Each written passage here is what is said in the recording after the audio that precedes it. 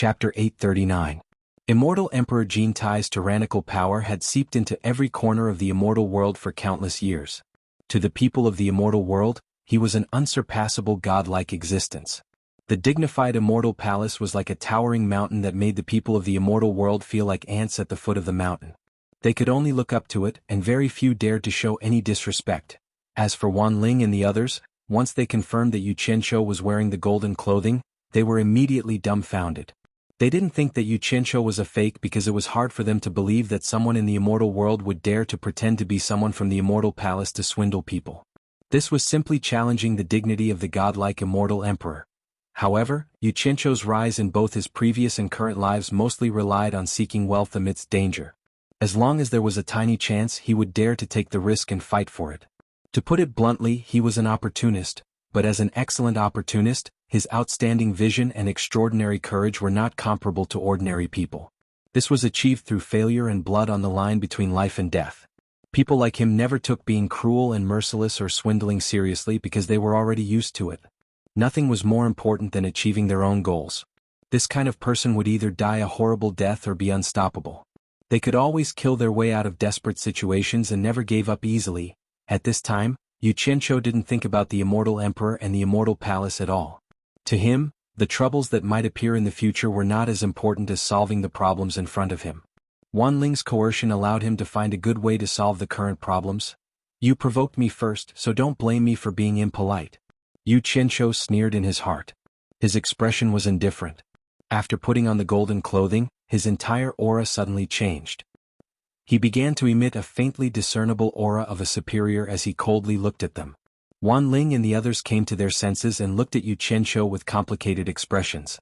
They were now sure that Yu Qianqiu had been hiding something with the identity of a rogue cultivator. Otherwise, how could a little rogue cultivator have such a superior aura? This kind of imposing manner was cultivated in a certain environment. It was not something that could be faked. With their eyesight, if it was faked, they would be able to see through it at a glance. I won't retaliate. If you want to kill me, then go ahead. Yu Qianqiu's face was expressionless as he slowly spat out each word. I really want to see if your Wangu Tong's people are really that daring. His gaze was fixated on Mu Tong's frozen hands that were dangling out from his sleeves. The three Mu brothers were shocked speechless. The atmosphere in the shop was unusually heavy. Mu Tong's hands unconsciously lowered. Both hands were placed on his waist. The domineering Wan Ling's aura dissipated in an instant. Her arms were no longer crossed as she asked with a complicated look in her eyes, You're from the immortal palace? Yu Qianqiu snorted disdainfully. Didn't your Wangu Tong want to rebel? Then make your move. I really want to see how much guts you guys have. He directly emphasized the severity of the problem, slapping a huge hat on Wangu Tong's head. Who else could rebel in the immortal world be rebelling against? Of course it was immortal Emperor Jin Tai. This hat was too heavy.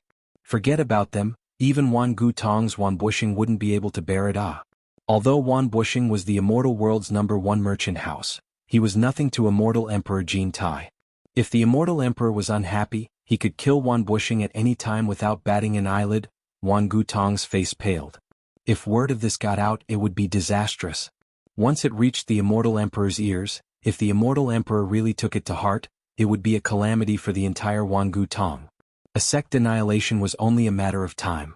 Although the immortal emperor rarely made an appearance to cause trouble for others, that was because he disdained to do so. However, everyone was well aware of immortal Emperor Jin Tai's fickleness. It was extremely terrifying. Wan Ling's face paled in anger, her body trembled uncontrollably. She had never been wronged like this before. Mu Wan was shocked. This was the first time she had ever lost her temper. He immediately sent a voice transmission to Wan Ling. Miss, you must endure it. We cannot afford to offend the people from the immortal palace. Even if you don't think for yourself, you have to think for the entire Wangu Tong family. At the very least, you have to think for your grandfather who has always doted on you. Compromise for the general interest. Think of a way to send him away. Me? What did I do? Yu Qianqiu's tone was overbearing. Did I say anything wrong? Your Wangu Tong is scheming to harm the immortal emperor's trusted aide. If this isn't rebellion, then what is? The immortal emperor's trusted aide? Everyone looked at each other, unsure if Huang Xiaolong's words were true or false. But the immortal emperor's trusted aide shouldn't be a spirit-severing cultivator, right? Wan Ling sucked in a deep breath. repeatedly warning herself not to act rashly. Forcing a smile, she said, "This is purely a misunderstanding, we didn't know you were from the Immortal Palace. If we have offended you in any way, our Eternal Trade Association is willing to compensate you." He pointed at the immortal herbs on display. "Everything in this shop, as long as you like it, you can take it." Her heart was filled with endless regret. How could she be so unlucky to offend people from the Immortal Palace? But thinking about it, this person was strange to begin with. If she wanted to blame someone, she could only blame herself for not investigating his background. She must remember this lesson in the future.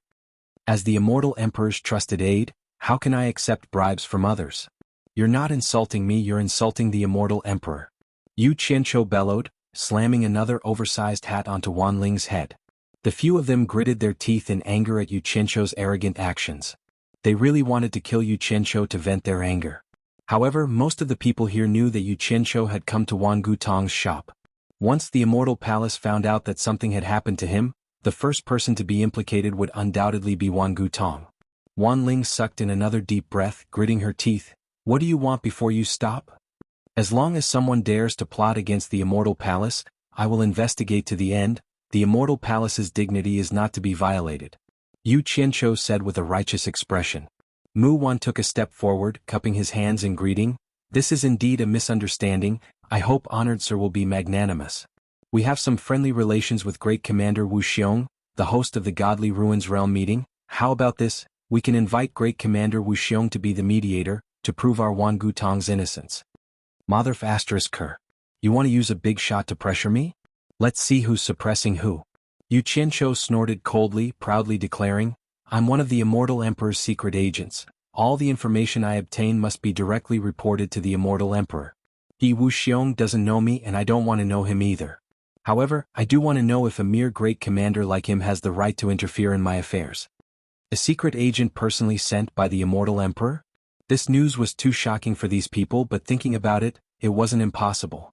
Perhaps this was one of the Immortal Emperor's methods to strengthen his control over the immortal world. Especially when Yu Qianqiu said that he was one of the Immortal Emperor's secret agents, it clearly showed that the Immortal Emperor didn't only send out one secret agent, there might be many more. And this Yu Qianqiu had always been hiding his identity, but in the end he was forced out by these people. Everyone was dumbfounded once again.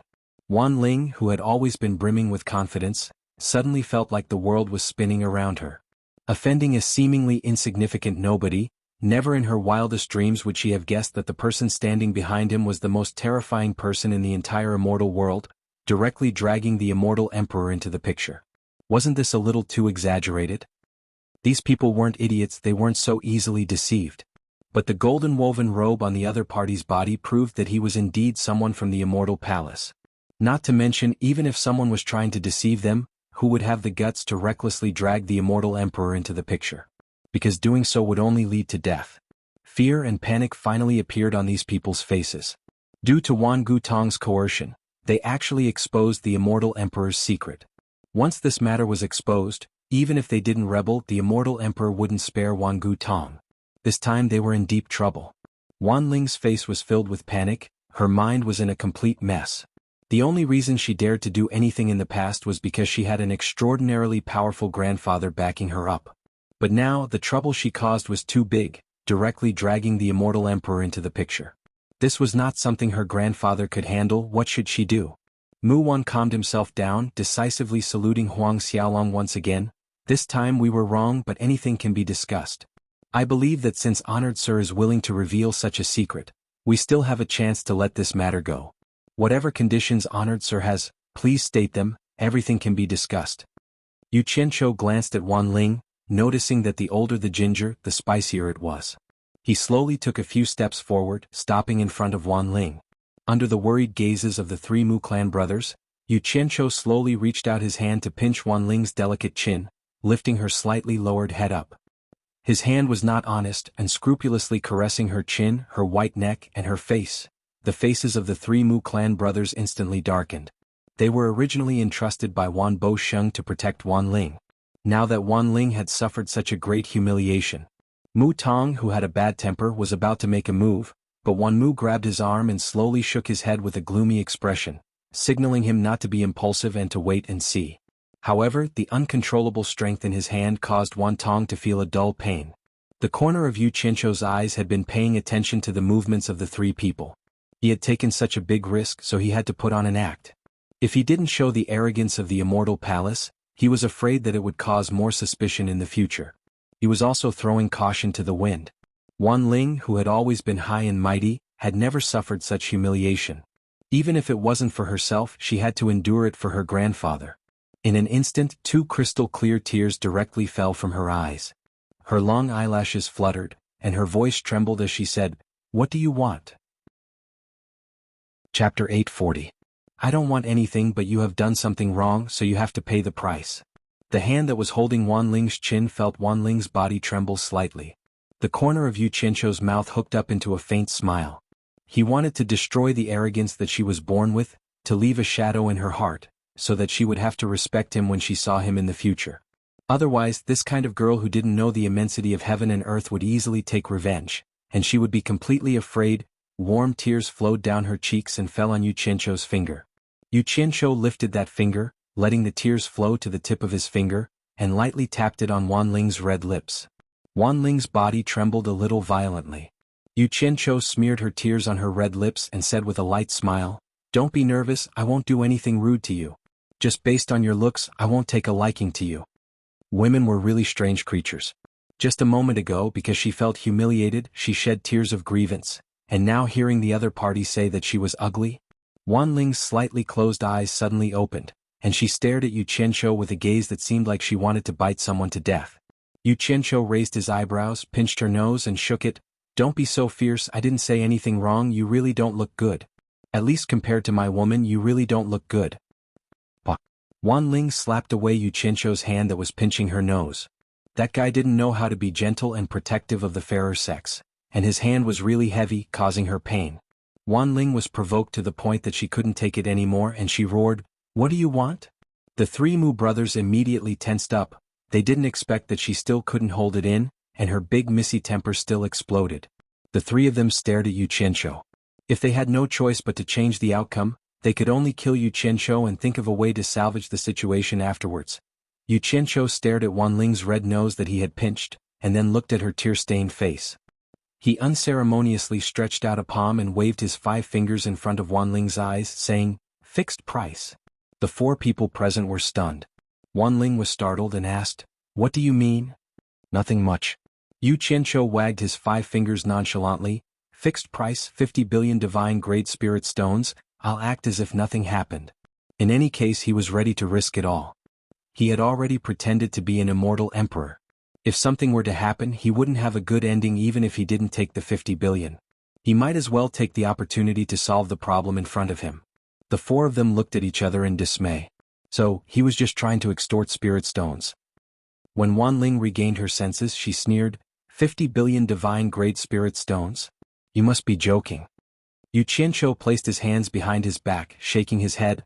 50 billion divine-grade spirit stones is nothing to the immortal world's #1 trading house. Then again, if you feel that Wan Gudong's safety is not worth 50 billion divine-grade spirit stones, then act as if I didn't say anything. We'll do what we should do." With that said, Wan Ling turned around and walked away. It wasn't easy to find a good solution. How could Mu Wan let him go just like that? What did money count for? To Mu Wan, Wan Bushing's safety was the most important. Mu Wan's clear voice resounded, "Wait. Everything can be discussed."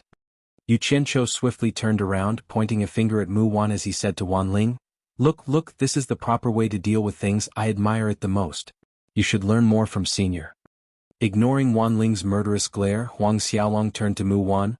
"In truth, there's nothing to discuss. A fixed price of 50 billion divine-grade spirit stones, not a single piece less." 50 billion? Mu Wan's voice was solemn. "Isn't that a little too much?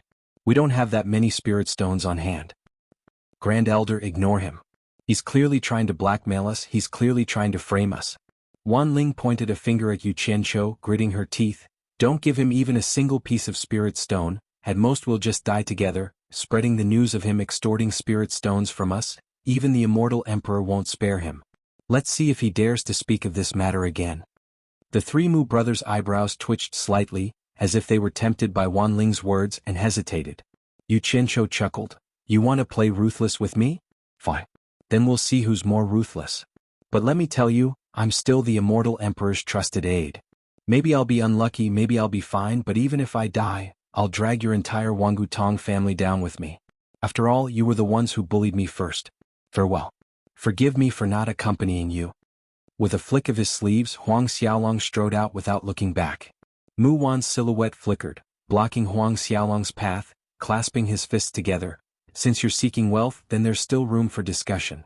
Why must you push things to the extreme? Losing both your life and wealth is not something you and I wish to see. I knew it. The barefoot is not afraid of the shoe wearing. While Yu Qianqiu was feeling complacent, Wan Ling's angry voice sounded behind him. Grand Elder, let him go. I don't believe our big trading house can't win against a little dog like him. Look, she's scolding me. There's no room for discussion. Yu Qianqiu turned around, pointing a finger at Wan Ling as he snarled at Mu Wan. Just now, seeing your sincere attitude, I decided to turn a big problem into a small one. Taking 10 billion divine grade spirit stones would be enough. But she actually called my immortal palace's people dogs? This is intolerable. Wan Ling's 5 fingers dangled from his palm as he yelled, I've already eaten a weight and steeled my heart. 50 billion divine grade spirit stones, not a single one less, or else there's no room for discussion. Hearing this, the 3 Mu brothers' expressions stiffened, a hint of reproach in their eyes as they stared at Wan Ling as if saying, just because of one sentence from you 40 billion divine grade spirit stones gone. You? Wan Ling's blood rushed to her head, turning her face bright red. She nearly vomited blood from anger. Her body trembled as she pointed a finger at Yu Qianqiu, you, but she couldn't form a complete sentence. She had never been abused like this in her entire life. The elegance she had in the past, the disdain and indifference towards her pursuers, all the noble and aloof temperament had vanished into thin air today. She looked like a shrew who only wanted to bite people. Look at her, what's the meaning of this? Do you still have any sincerity to discuss? If you don't want to talk, just say it, I won't force you. Yu Qianqiu spat out a mouthful of air, then undressed himself, taking off the golden robe he was wearing and shoving it into his storage pouch. Mu Gu, who had not spoken a word from the beginning until now, suddenly walked to Wan Ling's side, sighing softly, Your grandfather trusts you so much, he didn't tell you to harm him. A gulp. Wan Ling's throat emitted a strange sound, her eyes rolled back. She was so angry that she fainted on the spot. Mu Gu reached out to support her, looking at his 2 brothers in surprise. Did I say something wrong again? Mu Wan and Mu Tong exchanged a look, speechless. Yu Qianqiu was also stunned. He didn't expect this woman to be so narrow-minded, so careless. He didn't even consider how vicious his words were. He had caressed Wan Ling's face and she had swallowed her anger for the time being. But of all the things he could have said, he just had to say that she was ugly. Little did he know that there were some women. If you hit or scold them, they could endure it, but if you said she was ugly, they would remember you for the rest of their lives. It was at that moment that Wan Ling lost her cool, retorting in the manner of a flustered and exasperated woman. Subconsciously, she wanted to refute the other party's words to prove that the other party's words about her were wrong. In short, she wanted to prove that the other party's words were not right, so the words about her being ugly were naturally wrong. The logic of a woman was often inconceivable. Snitch to the immortal emperor? What a joke. Only the immortal emperor knew who he was. Should I exert some pressure on him? Yu Qianqiu was brewing a belly full of evil ideas, but Du Feng looked at him and said with a light smile, This time, brother, you showed off his skills in the divine ruin realm. I'm afraid his name will spread throughout the entire immortal world. Yu Qianqiu raised his head and rolled his eyes, exasperated. You're mocking me. You guys have the support of your sects. Naturally, you don't need to be afraid of the 7 big sections. But sooner or later, they'll find trouble with me. I'm still thinking of how to deal with them. What are you afraid of? Don't you have a good relationship with Wan Ling? Du Feng exchanged a glance with Hui Yunlong and snickered. Although Wan Ling, that woman's cultivation isn't very high, she's still a difficult character to deal with in the immortal world. With her backing you, it's the same as having Wan Bushing backing you up. I think even the 7 big sects will have to think twice. Yu Qianqiu snorted disdainfully. Only he was clear about his own matters. 2 days ago, he had angered that woman until she fainted. It would be strange if she could back him up. However, Yu Qianqiu didn't want to expose the matter. He really wanted to borrow the momentum of Wan Ling holding his hand that day to delay the danger. But he wasn't afraid, he still had something to rely on. No matter who it was, it wouldn't be easy for them to kill him. His trump card wasn't something to be trifled with, as the three of them chatted and laughed, several figures landed in front of them. It was Mu Bing, Mu Qianjiao, Nan Tianlong and Tao Zhong. With regards to the Four Links Chamber of Commerce, Mu Bing had probably realized his own shortcomings and had the intention of handing it over to his daughter. Mu Qianjiao stepped forward and cupped her hands, saying, "I'm indebted to all of you for taking care of me all this time. Mu Qianjiao really can't repay you, so please accept my gratitude." She gave a long bow, her soft waist almost forming a right angle. The three of them hurriedly reached out to help her up, indicating that there was no need to be overly polite. Du Feng swept a glance at them. It seemed that a running shop couldn't be completely empty. He couldn't help but ask, "Miss Mu, are you preparing to return to the Four Links Chamber of Commerce?" Mu Qianjiao nodded with a smile, but there was a hint of worry hidden in her smile. Yu Qianqiu, who was well aware of this, frowned and said, "If you go back this time, I'm afraid that Qi Fengxing of the Eight Links Chamber of Commerce won't let you go. Do you have any countermeasures?" Before Mu Qianjiao could reply, Hui Yunlong waved his arm and laughed heartily, saying, "Don't worry about this. That dog didn't know the immensity of heaven and earth last time. He actually dared to get involved in the matter between our two families and the Heartless Palace in front of everyone. My father has already sent an order back, ordering my eldest senior brother to lead a team to the Eight Links Chamber of Commerce. I reckon that by the time you guys get back, the Eight Links Chamber of Commerce will have already been razed to the ground. Don't worry." Yu Qianqiu, on the other hand, was deeply moved. No matter where he went, he couldn't avoid encountering the law of the jungle. Big sects were big sections. If they weren't happy, they would raze their opponents to the ground. The Eight Links Chamber of Commerce was really unlucky this time. Mu Qianjiao and the others were stunned for a moment, but then they all revealed expressions of joy and thanked him. Hui Yunlong straightforwardly waved his hand and said, "No need to thank me, no need to thank me. This time, it was the Eight Links Chamber of Commerce that provoked my father. How could my father let them off so easily? This has nothing to do with me. However, if there's a chance in the future, maybe we'll go to your Four Links Chamber of Commerce as guests. Don't forget about us old friends at that time." Yu Qianqiu tilted his head to look at the two young masters. He probably wouldn't go to the Four Links Chamber of Commerce again, but it wasn't certain for these two. It seemed like the possibility was very high. Mu Qianjiao's gaze inadvertently glanced at Yu Qianqiu. She smiled and cupped her fists, saying, "The three of you are esteemed guests of our Four Links Chamber of Commerce. We couldn't be happier to meet you. How could we not know you? I'm just afraid that you'll find our Four Links Chamber of Commerce too shabby and refuse to honor us with your presence. Since we're friends, there's no need to say such things." Hui Yunlong looked at the other two and said, "Why don't we find some time to go to the Four Links Chamber of Commerce together?" Du Feng smiled and nodded, "Sure," while Yu Qianqiu non-committally replied with an N. After exchanging some pleasantries, the three of them watched as Mu Qianjiao and the other three boarded the flying shuttle and left. At the same time, there were also people from the other sects leaving one after another. Hui Yunlong frowned as he looked at the absent-minded Yu Qianqiu and asked, "Brother Yu, my father also wants to return to the sect as soon as possible. What do you think? Do you want to follow me back to the mythical fire palace?"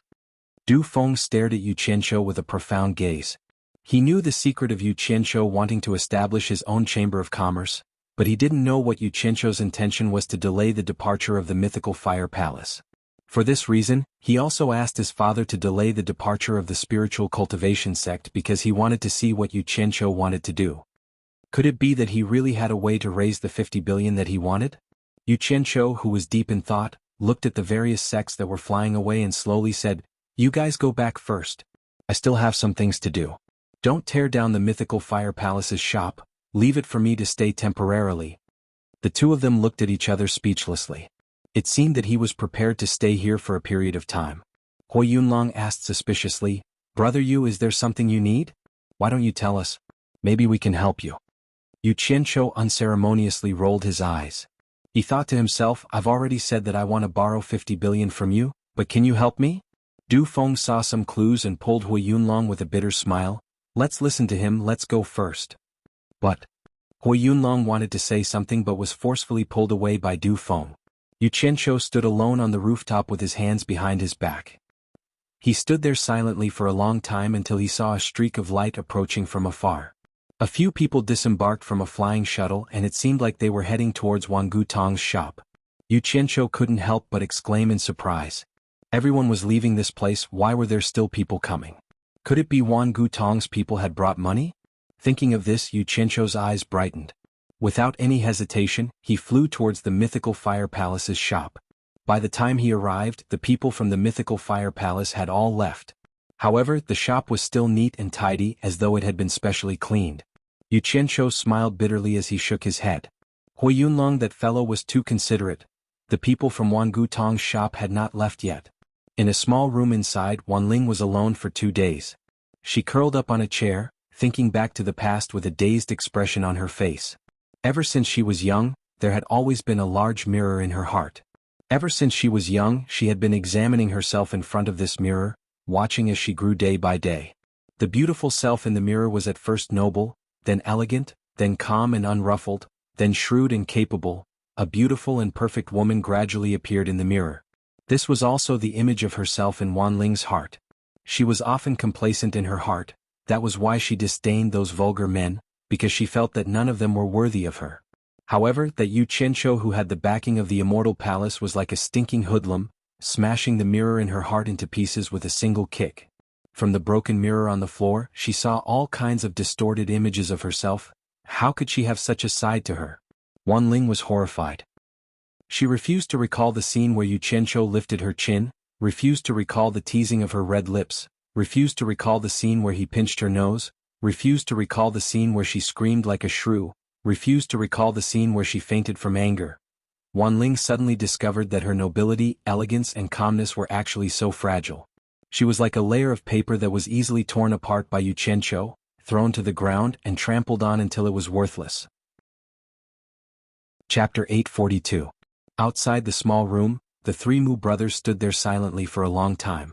They tried to persuade Wan Ling for a long time, but Wan Ling still refused to give up the money, protesting with a stubborn silence. It was impossible for the 3 brothers to take out the money from Wan Ling's storage bracelet. Even if they did, it wouldn't be enough. Left with no other choice, the 3 of them contacted Wan Bushing, recounting everything that had happened. Wan Bushing was enraged, cursing the Immortal Palace for going too far, cutting off all contact with the 3 of them. The 3 brothers were helpless. Since Wan Bushing had the same intention, what else could they say? However, after a period of time, Wan Bushing took the initiative to contact the 3 of them again, saying, "I've already asked Old Five to bring the spirit stones." With just one sentence, the contact was cut off again. Clearly, Wan Bushing had given in after his anger. Although Wan Gutong was strong compared to the Colossus of the Immortal Palace, it was not worth a mention. Especially that immortal Emperor Jin Tai, who had terrorized the immortal world for countless years, he was not someone that could be defeated by mere brute force. This terrifying existence was too powerful. No one in the immortal world could be his opponent. Jin Tai's coldness towards the immortal world's people was akin to looking at a bunch of ants. Even the slightest bit of displeasure could cause Wan Gutong to be annihilated. 50 billion divine-grade spirit stones was not a big loss to Wan Gutong, but it was a humiliation that could not be erased. Wan Bushing was filled with hatred, but he was helpless. He could only let out a long sigh in the Myriad Saints' palace. 3 figures descended at the entrance of Wan Gutong's shop. A gloomy-faced fat man walked in with 2 young men. The 3 Mu brothers looked at the 2 young men in surprise, feeling a little strange. The fat man in the lead was Wan Bushing's youngest son, Wan Lihong. The blue-robed man on his left was the Heartless Palace's High Deacon's grandson, Song Lianqing, and the white-robed man on his right was the Carefree Palace's sect leader's grandson, Chai Junlang. Both of them had late-stage minor immortal cultivation, similar to Wan Ling. At the same time, they were also Wan Ling's hardcore pursuers. What the 3 Mu brothers could not figure out was why Wan Lihong would bring these 2 people over. The moment Wan Lihong saw the 3 Mu brothers, he immediately cupped his fists and said, "Greetings, uncles." Song Lianqing and Chai Junlang also greeted, "Greetings, seniors." The Mu brothers grunted softly. Wan Lihong also saw the doubt in the trio's eyes. She immediately sent a voice transmission. "These 2 brats have been staying on Myriad Saint Mountain. This matter is of great importance. Father is afraid that there will be trouble after paying the money. Thus he asked me to use Ling Er's name to lure the 2 of them here. If there was still trouble after paying them, I might as well use the 2 of them to implicate the Heartless Palace and the Xiaoyao Palace. Once the Immortal Palace attacks, the 3 forces will be able to hold them off for a while. At least Wan Gutong won't be able to hold them off alone." The 3 Mu brothers looked at each other, then looked at the 2 pursuers of Wan Ling with deep meaning in their eyes. Mu Wan tilted his head towards the small room and said, Mrs. Inside, let's go in and persuade her. Wan Lihong nodded and followed the three into the small room. Song Lianqing and Chai Junlang looked at each other with hostility. Then they excitedly followed behind them. When they reached the small room's entrance, Wan Lihong suddenly turned around and shouted, "What do you two want? This is a lady's room, it's not a place for outsiders to enter. Scram back to the Heartless Palace and the Xiaoyao Palace, we don't welcome you here." How could these words sway the two of them? The elegant Chai Junlang closed the white jade fan in his hand and smiled apologetically. "Don't worry, fifth Uncle Wan, I won't go in." Wan Lihong shouted angrily, "Scram! Who is your fifth Uncle Wan?" The two of them quickly bowed and retreated to a position near the shop's entrance. They could be scolded, but they wouldn't leave. Wan Lihong snorted coldly and entered the small room. Wan Ling, who was curled up in a chair, was initially disdainful when she heard Song Lianqing and Chai Junlang's voices, but her eyes lit up and she suddenly stood up from the chair. When she saw Wan Lihong come in, she immediately bowed and greeted, "Fifth Uncle." The Mu brothers stared blankly as they discovered that the dispirited and listless Wan Ling had suddenly become so spirited. Wan Lihong casually shot out a ray of light and set up a soundproof barrier. He stared at Wan Ling and shouted in a deep voice, "What do you want this time? You've caused trouble to the Immortal Palace and even offended the Immortal Emperor. Is that someone you can offend? Are you trying to get your grandfather killed?" Linger knows she's wrong, but who would have thought that this ordinary-looking guy was actually from the Immortal Palace and was even a secret agent sent by the Immortal Emperor? Wan Ling pretended to be wronged as she bowed. Then she revealed a smile and quickly hugged Wan Lihong's arm and said coquettishly, "I know fifth uncle loves Linger the most. Please spare Linger this time." The Mu brothers shook their heads with a wry smile on their faces. Wan Lihong rubbed his forehead, shaking off Wan Ling's entanglement. He took off the 2 storage bracelets on his wrist and lamented, "Don't you know how big the trouble you've caused is? Losing 50 billion divine-grade spirit stones is a small matter, but if you provoke the Immortal Emperor's wrath, that would be a fatal matter." You're still laughing, is it that funny?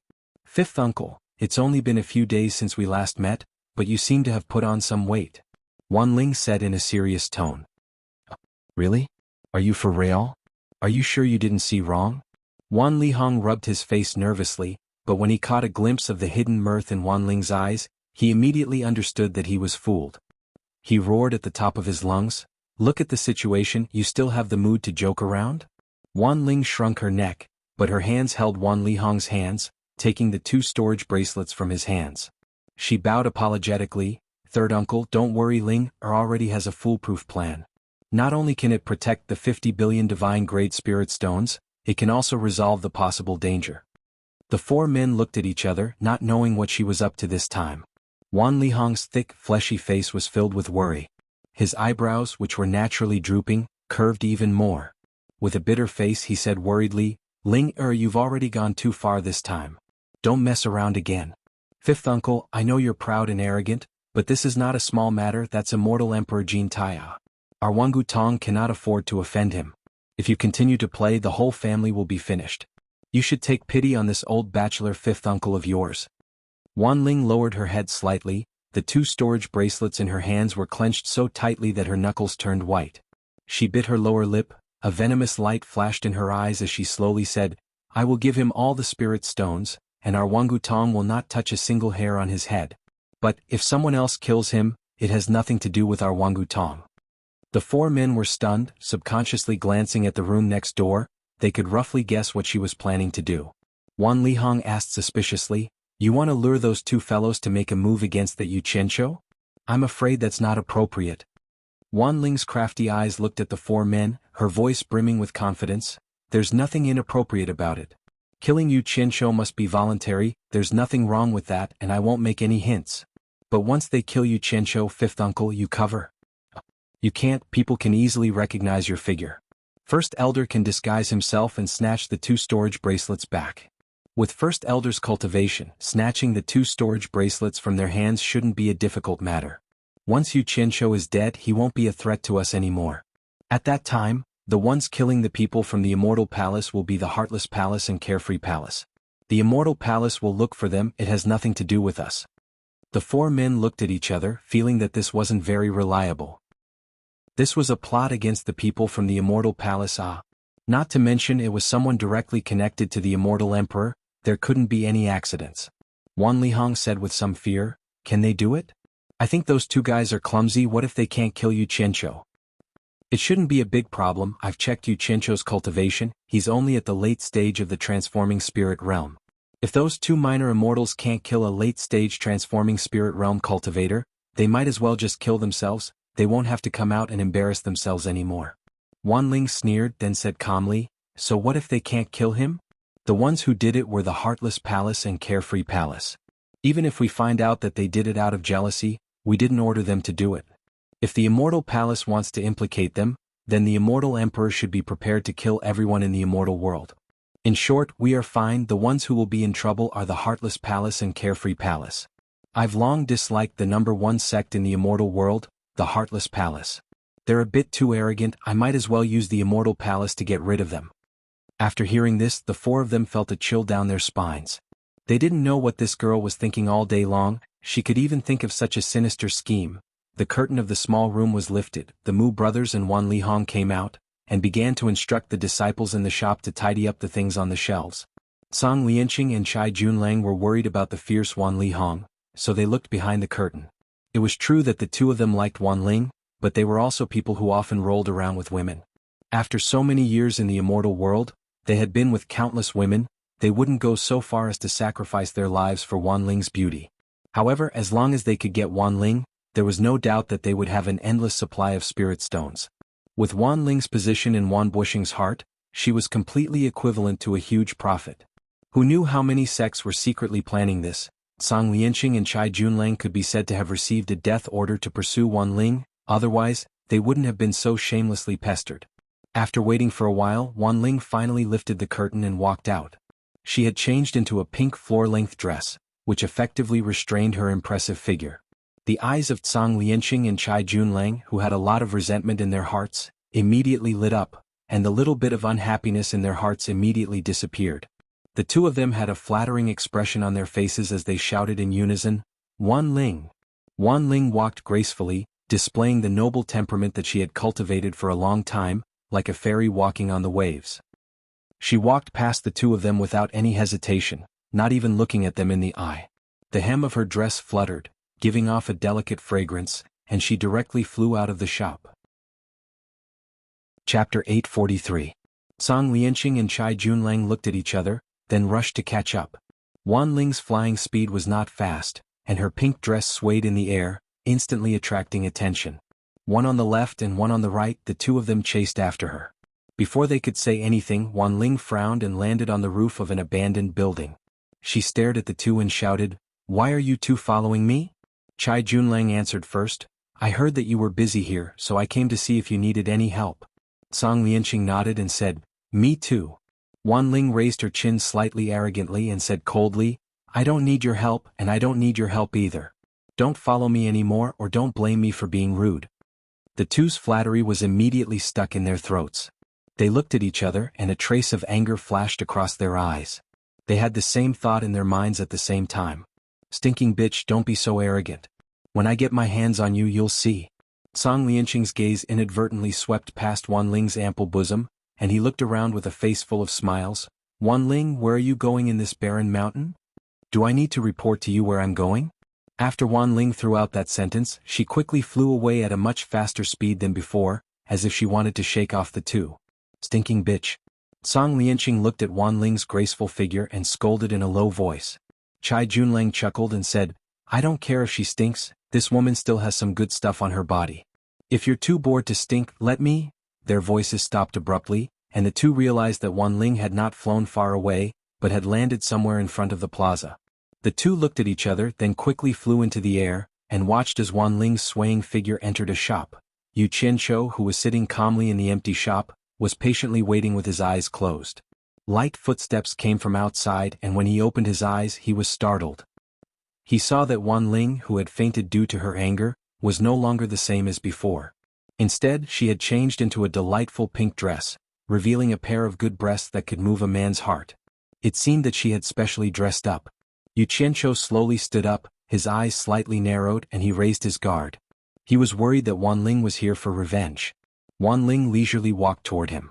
She only stopped when she was only one person away from him. She bit her lips and stared at Yu Qianqiu with a complicated gaze. This caused Yu Qianqiu to become even more cautious. As a result, the two of them silently stared at each other for a long time. One of them had ulterior motives while the other was cautious. Zhang Lianqing and Chai Junlang, who were in the air, subconsciously lowered their altitude to listen. What puzzled them was that there was no sound from the shop that Wan Ling had entered. Seeing that they had already descended to the rooftop of a row of shops, the two looked at each other, and decided to directly land on the street, and looked into the shop opposite them. They saw Wan Ling's graceful figure standing silently, and it was obvious that it was a man who was half a head taller than Wan Ling, and they couldn't see the man's full face. The man and woman just stood there silently, staring at each other. This situation made Zhang Lianqing and Chai Junlang a little speechless. No wonder this woman didn't like anyone and didn't allow them to follow her. It seemed like she already had someone in her heart and was secretly dating her lover. The two looked at each other and saw the faint anger in each other's eyes. This woman had a man, but didn't say anything, causing all the men in the immortal world to flock to her like ducks. She was clearly playing with them. Yu Qianqiu's vigilant gaze moved slightly, and he noticed that two people had landed on the street outside. His head moved slightly to the right, and avoided Wan Ling's obstructed vision, and saw the two people on the street outside clearly. Zhang Lianqing, who was dressed in blue, caused his pupils to shrink slightly. He immediately recognized that the other person was wearing the uniform of Heartless Palace, but he didn't recognize the other person. *CK. This woman actually brought help. Anger appeared on Yu Qianqiu's face, and the purple fire element stored in his body began to stir. Wan Ling, who had been biting her lips, saw the reflection of Zhang Lianqing and Chai Junlang in Yu Qianqiu's eyes. Her eyes flickered slightly and instantly her beautiful eyes became watery. She let go of her red lips and said with a slightly sobbing tone, "I brought the money." Yu Qianqiu was stunned and his gaze returned to Wan Ling's face. After seeing the tears in her eyes, he was momentarily at a loss. He didn't know why she was crying, but it seemed that women were women after all and couldn't take being bullied. He couldn't help but cough and said, "It's good that you brought it, give it to me." He very consciously stretched out his hand. Wan Ling's eyes were filled with hot tears, and she pulled the two storage bracelets from her wrist. Her shoulders trembled and she sobbed and said, "Can you guarantee that after you take the spirit stones, you won't pester me anymore?" *CK. Why do you make it sound like I'm a gangster who lives off a woman? Yu Qianqiu blanked for a second, not knowing whether to laugh or cry. "Don't worry, as long as I get the right amount of spirit stones, we won't have anything to do with each other anymore. As long as you don't find trouble with me, I won't find trouble with you either." Outside, Zhang Lianqing and Chai Junlang exchanged a look. The conversation between the two inside couldn't be more obvious. It seemed like Wan Ling had run into a love swindler, and was being blackmailed by that swindler. Zhang Lianqing and Chai Junlang originally wanted to be the hero and save the damsel in distress, but remembering that the swindler dared to deceive Wan Bushing's granddaughter, they were afraid that this swindler was not a simple person. Hence they decided to wait and see. "I hope you remember what you said today, otherwise I won't let you off even if I become a ghost." Wan Ling wiped the tears off her face with a wave of her sleeve, and slapped the two storage bracelets on her wrist onto Yu Qianqiu's outstretched palm. Choking with sobs, she said, "Remember, don't pester me anymore." Yu Qianqiu was rendered speechless. He quickly sent his divine sense into the two storage bracelets. 50 billion divine-grade spirit stones was not a small amount, and it took him quite a bit of effort. After counting, he found that 50 billion divine-grade spirit stones, not one piece more, not one piece less, just right. With the spirit stones in his hands, a huge rock in his heart fell to the ground. Immediately, a smile spread across his face as he patted his chest and guaranteed, "From now on, you go your own way and I'll go mine. The disputes between us are written off. I hope you can do as you say, otherwise I won't let you off." Inside the shop, Wan Ling threw out those harsh words, then turned around and dashed out while wiping her tears. Ignoring the dumbfounded Zhang Lianqing and Chai Junlang, she sped away. Women, ah women. If you can't afford to play, then don't play. What's the point of crying and crying? It's as if I'm a gangster. Yu Qianqiu shook his head, sighing with emotion. He didn't expect his desperate gamble to actually succeed. 50 billion, ah. He got it just like that. His gaze shifted to the two people staring at him from outside, and the complacent smile on his face immediately disappeared. He discovered that he couldn't see through their cultivation. Without a doubt, these two were immortal realm masters, especially those from the Heartless Palace. Yu Qianzhou's steps were steady as he made his way out of the shop. Now that he had gotten the money to register his business, this was not a good place to stay. Song Lianqing and Chai Junlang also couldn't see through Yu Qianzhou's cultivation, thus they dared not act rashly. When Yu Qianzhou reached the shop's entrance and was about to leave, Song Lianqing glanced at the mythical Fire Palace insignia on the shop, cupped his hands and smiled. I'm Heartless Palace's disciple, Song Lianqing. Are you from the mythical Fire Palace? Yu Qianzhou glanced at him indifferently, and just as he was about to leave with a few perfunctory words, he saw a slightly hunchbacked gray-robed old man walking along the desolate and messy street. After hearing Song Lianqing's words, he subconsciously stopped and looked left and right. Suddenly he chuckled, why does this sound so funny? He's Yu Qianzhou, a late-stage soul formation cultivator hired by the small Four Links Chamber of Commerce. He killed all the people from your Heartless Palace in the ruins of God. How did he become a disciple of the mythical Fire Palace? The disciples of Heartless Palace are really getting worse with each generation. The hunchbacked old man shook his head and sighed with emotion as he walked away. The street suddenly became quiet, and an evil wind blew from somewhere, bringing a chill to the entire street. Damn it! Where did this meddlesome old bastard come from? Yu Qianzhou looked at the receding figure and really wanted to go over and kick him. Song Lianqing's pupils suddenly shrank as he stared at Yu Qianzhou and said indifferently, You're that Yu Qianzhou? Although he and Chai Junlang had been staying near Myriad Saint Mountain for a long time, they were not cut off from the news. They had already heard the news that all the disciples of Heartless Palace had been annihilated in the ruins of God. It was said that all of them had died in the hands of a late-stage soul formation cultivator called Yu Qianzhou.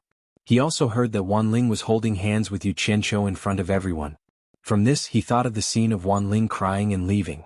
Needless to say, this guy was definitely that Yu Qianzhou who was holding hands with Wanling in front of everyone. Otherwise Wanling would definitely not show such a weak side. Yu Qianzhou had suspected that these two were helpers that Wanling had found.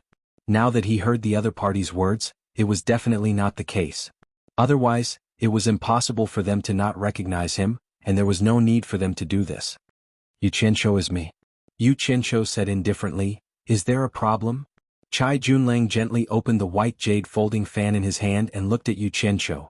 He shook his head and sighed, I thought Yu Qianzhou was some amazing person. It's you? Sigh. I don't know what kind of drug Wanling ate, she actually fell into the hands of such a liar. It's really ridiculous. Song Lianqing revealed a sinister smile and said, You're really audacious to actually deceive Wan Bushing's granddaughter. Tell me honestly, how did you force her to submit? If there's a word of falsehood, I'll make you wish you were dead. Chai Junlang's eyes also lit up when he heard that. If he could get hold of the handle that forced Wanling to submit, then it would indeed be twice the result with half the effort. The two of you want to make a move on me here? Yu Qianzhou looked around and said expressionlessly, If I remember correctly, Great Commander Wuxiong has long stipulated that no one is allowed to make a move on this plaza at the entrance of the Divine Ruin Realm. Although the Divine Ruin Realm gathering is already over, I don't think the two of you have the guts to try it. Chapter 844. As soon as he said that, the two's faces froze and they couldn't help but look around. This place was already showing a bleak decline, and it would continue to be bleak until the Divine Ruin Realm opened again in the next 100 years. But even so, since Wuxiong had already spoken, fighting was not allowed in this square outside the Divine Ruin Realm. Otherwise, it would be a challenge to Wuxiong's authority. Although Wuxiong had already left, and no one knew if he would remember this matter, if someone spread this matter to Wuxiong's ears, who knew what he would think? Song Lianqing and Chai Junlang naturally knew how powerful the Immortal Palace was. With their little guts, they didn't dare to challenge Wuxiong's words, so they looked at each other blankly. There were fewer and fewer people leaving in the sky. Yu Qianzhou looked up, then waved at the two with a mocking expression. I'm leaving first, no need to send me off. Stop. Song Lianqing shouted. The twisted expression on his face showed that he was enraged by the other party's words. He chuckled coldly and said, I advise you to honestly tell me how you forced Wanling to submit. Otherwise, unless you don't leave this place for the rest of your life, once you step out of this square, you know what will happen to you. Know what? Yu Qianzhou turned to look at the two and said expressionlessly, May I ask what your cultivation is like? Chai Junlang was taken aback for a moment. Then he waved his folding fan and clicked his tongue. Our cultivation bases are indeed not high. We're only at the late stage of minor immortal realm. However, you don't think it will be difficult for one of us to deal with you, a late-stage divine transformation bastard, right? Ah. The two couldn't help but laugh at the same time. Yu Qianqiu turned a deaf ear to them and replied indifferently, I just want to warn the two of you, sometimes killing doesn't require a high cultivation. Don't force me to do it or you won't even have the chance to regret it. He had long wanted to test the power of the purple flames to see if killing immortals would feel good, but he didn't want to expose it so easily. In fact, he had been holding it in for a long time. Did I hear wrong? Chai Junlang asked Song Lianqing with a teasing expression. Is he threatening us? I think so. Song Lianqing nodded seriously. The two looked at each other and couldn't help but burst into laughter again. Yu Qianqiu's brows twitched as he flew up and circled twice in the air. Looking around, he realized that there wasn't a single person in the messy square. He snorted coldly in his heart and flew away. How incorrigible. Do you really think you can escape? Chai Junlang, who was floating in the air, put away the fan in his hand. Together with Song Lianqing, he turned into two streams of light and gave chase. On top of a mountain not far away, a ripple-like light curtain appeared out of thin air and flickered. Then it instantly converged into a transparent crystal bead. 5 people suddenly appeared. Wan Lihong grabbed the hovering fantasy immortal bead and turned to Wan Ling, who was beside him. Are you sure neither of them noticed anything amiss? Wan Ling pondered for a moment before replying, probably not. She then turned to the hunchbacked old man behind her, cupping her hands in greeting. I'll leave this to Grand Elder. Once those two kill Yu Qianqiu, Grand Elder will need to snatch that 50 billion divine grade spirit stones back. The hunchbacked old man in Mu Wan's disguise nodded. Watching the 4 of them turn into streaks of light and chase after Huang Xiaolong, he too turned into a streak of light and flew in another direction. After flying out of the messy square, Yu Qianqiu maintained his highest vigilance, pushing his cultivation to the limit as he sped toward the depths of the vast granite mountain range. Flying into a rocky valley, Huang Xiaolong landed at the center of the valley in a flicker. Your guts aren't small at all. Song Lianqing's cold harumph sounded in the air. Yu Qianqiu raised his head in apprehension. Even though he had a head start, the other party still caught up to him in the blink of an eye. An Immortal Realm Master was indeed an Immortal Realm Master, not someone a mere spirit-severing realm cultivator like him could compare to. Then I really want to see how big his guts are. I'll teach him a lesson first, lest a dead duck refuses to admit defeat. In the air, Chai Junlang folded the folding fan in his hand, shooting out in a streak of light. Almost at the same time he made his move, a white mist burst out from Yu Qianqiu's body. The streak of light pierced through the white mist, and a loud bang resounded in the valley. Crushed rocks flew in all directions and the valley rumbled endlessly.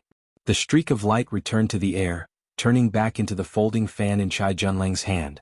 The white mist dissipated, revealing a 10-meter deep pit in the valley below. However, Yu Qianqiu's figure was nowhere to be seen.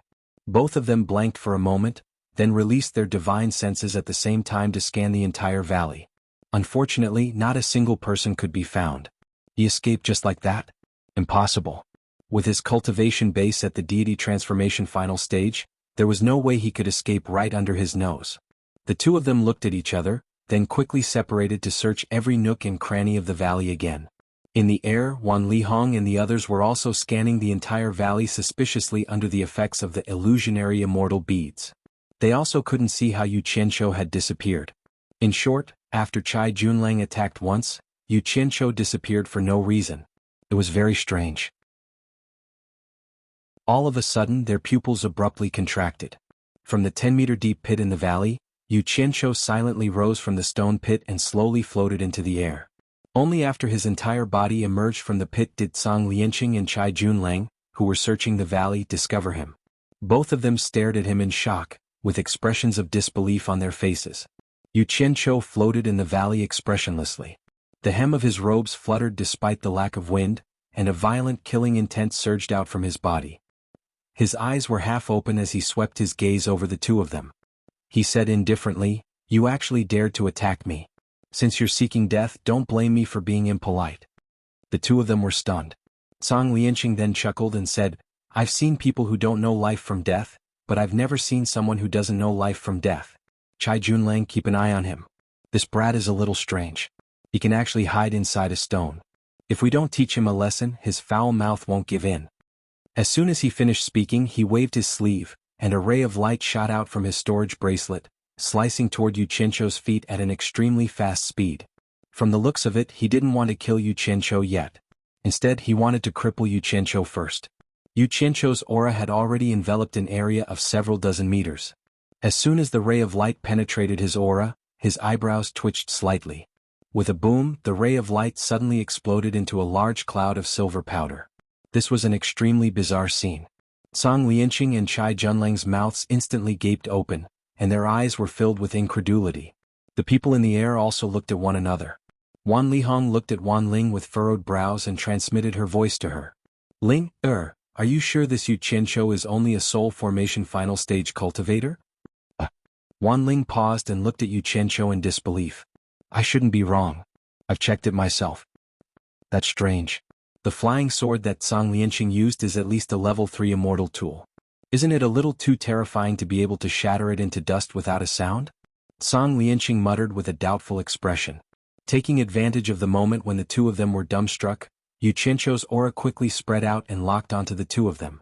Sensing that they were being locked onto, the two of them abruptly came to their senses. They quickly exchanged a glance and disappeared at the same time. Great star-sucking technique. A loud roar sounded from within the valley. Yu Qianqiu's eyes widened in anger. He spread his arms and his claws tore out 2 clouds of white mist. At the same time, his figure abruptly retreated and dodged. His claws were like 2 white ribbons as they retracted into his sleeves. In an instant, the 2 dried corpses that had been drained of water suddenly appeared. They collided with each other at the place where Yu Qianqiu dodged and fell to the ground at the same time. The 2 mummified corpses were struggling to get up from the ground. They looked extremely horrifying, but their movements seemed to be a little slow. The 2 corpses that got up together raised their heads and looked at each other. They seemed to be shocked by each other's appearance and waved their hands to attack each other at the same time. With a bang, the 2 of them were shaken by each other and took a few steps back. Suddenly, they looked at their outstretched hands at the same time and found that not only were they as thin as firewood, but they were also full of wrinkles. Then they reached out with both hands and touched their faces and bodies. A series of ho-ho sounds of horror came from their shriveled throats. They seemed to want to speak but couldn't make a sound normally. The 2 of them seemed to have scared themselves and retreated in disbelief. Yu Qianqiu looked at the 2 of them in surprise. He thought, it's really good to have an immortal body. My absorbing star's great technique actually can't kill them. The few people in the air took a deep breath. They were really scared by the strange scene below. Wan Ling couldn't help but cover her mouth with her hands, afraid that she couldn't help but make a sound. I want to see if you 2 dried corpses have the thick skin of an old monster. Yu Qianqiu's face was ferocious. He waved his sleeves and a 2-meter-long cyan saber appeared in his hand. He floated in the air and said indifferently, You 2, if you have the ability, quickly run away. Otherwise, don't blame my saber for being merciless. The 2 dried corpses raised their horrifying heads. Their eyes that had shrunk deeply in their eye sockets revealed fear. Without saying a word, they flashed into the air and escaped together. Although they desperately urged their immortal power, the meridians in their body had shrunk a little too much. It was difficult to circulate their true essence like usual. Their flying speed was not much faster than the birds in the sky. Perhaps it was because their bodies were too thin. When they flew up, they immediately drilled out of the loose neckline. Their clothes and shoes all fell to the ground. They saw 2 disgusting dried corpses flying in the sky. It was really a strange thing in the immortal world.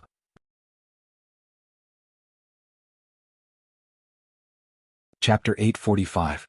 The reason why Yu Qianqiu told them to run was to see how these 2 fellows would react after being hit by his absorbing star's great technique, so that he could accumulate some experience when he fought with others in the future. In the end, he discovered that even though the 2 of them wouldn't die, they had already lost the ability to fight. The corner of his mouth curved into a cold smile. With a few swings of the saber in his hand, he disappeared from the spot and reappeared directly above the 2 flying figures. The 2 of you, it was you who were heartless first. Don't blame me for being impolite. A voice came from above. Song Lianqing and Chai Junlang raised their heads and were instantly scared out of their wits. Without saying a word, Yu Qianqiu slashed his saber to the left and right. 2 streaks of green light shot out and 2 heads flew into the air. The 2 dried corpses instantly lost their ability to fly, falling diagonally towards the granite mountain range below. The people in the sky were speechless when they saw this scene. At their level of cultivation, it was rare to see someone fight with their own hands. What they didn't know was that Yu Qianqiu liked the thrill of raising his saber. Some habits were hard to change. What made them the most speechless was the fact that the Heartless Palace's Grand Deacon's grandson and Carefree Palace's Sect Master's grandson were killed just like that. After this incident, the two families would definitely trace the matter back to Wangu Tong, because many people saw them coming with Wan Li Hong. At that time, how would they explain themselves? They couldn't possibly tell the two families that it was Yu Qianshou who killed the two of them. Wasn't it obvious that they were going against the Immortal Palace or the Immortal Emperor? If they had to offend one side, they would rather offend the two families than that terrifying Immortal Emperor. Ling, you've gone too far again. Wan Li Hong sighed. Wan Ling was dumbfounded. Not to mention her, everyone thought that Song Lianqing and Chai Junlang might not be able to kill Yu Qianshou, but no one thought that the two of them would die in Yu Qianshou's hands. Two late-stage minor immortal cultivators couldn't even defeat a late-stage spirit-severing cultivator. A hunchbacked gray figure silently flashed to the back of a mountain peak and hid behind a huge rock, quietly watching Yu Qianshou who was floating in the air. When the people in the air saw this, their pupils shrank. Wan Ling transmitted her voice in shock. First Elder, what are you trying to do?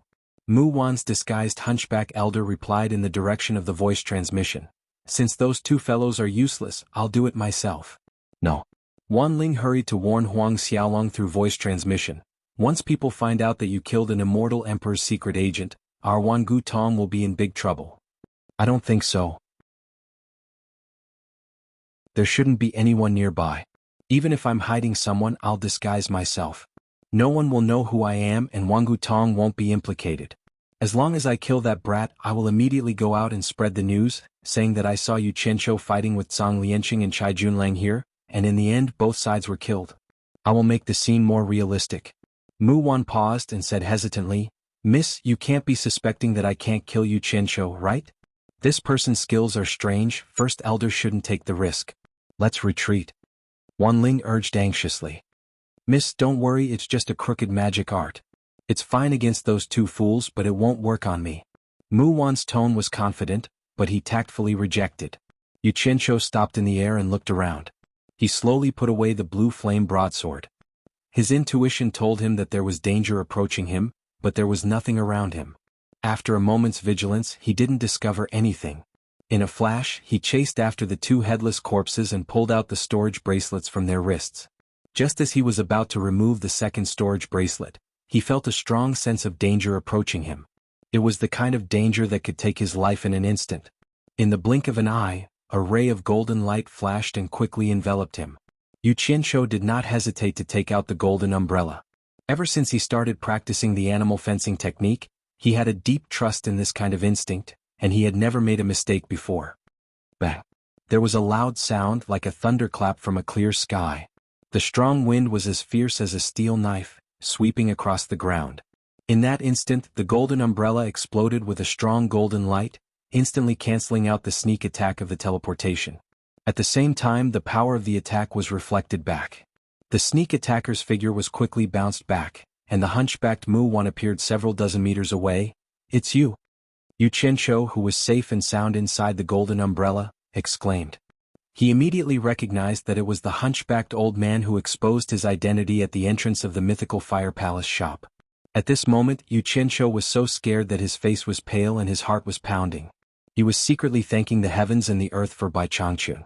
If he hadn't practiced the animal fencing technique that Bai Changchun had taught him, he wouldn't have been able to defend against such an expert sneak attack even if he had the golden bead to teleport.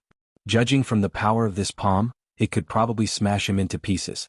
He suddenly remembered that when Bai Changchun had taught him the animal fencing technique on Obedient Island, he had secretly laughed that it was an animal world and didn't think much of it.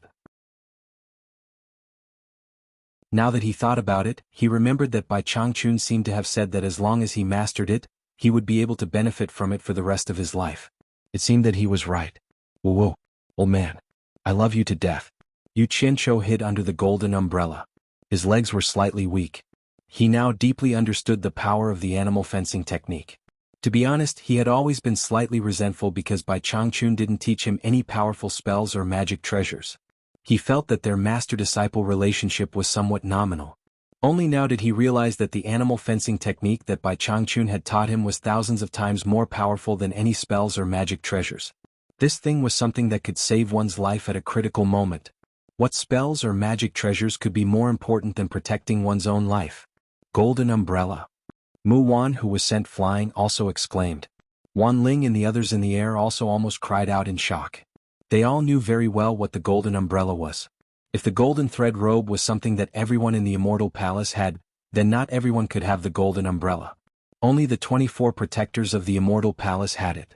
These 24 people were the people around Immortal Emperor Jin Tai, and their cultivation was at least at the early Immortal Emperor stage. It was said that the golden umbrella was personally made by Immortal Emperor Jin Tai and was a top-grade defensive celestial treasure. Its defensive power was very strong. No one thought that Yu Qianqiu would have the golden umbrella personally made by Immortal Emperor Jin Tai. No one was shocked by the power of the golden umbrella, but it proved that Yu Qianqiu's previous words were not false. He was indeed Immortal Emperor Jin Tai's trusted secret agent.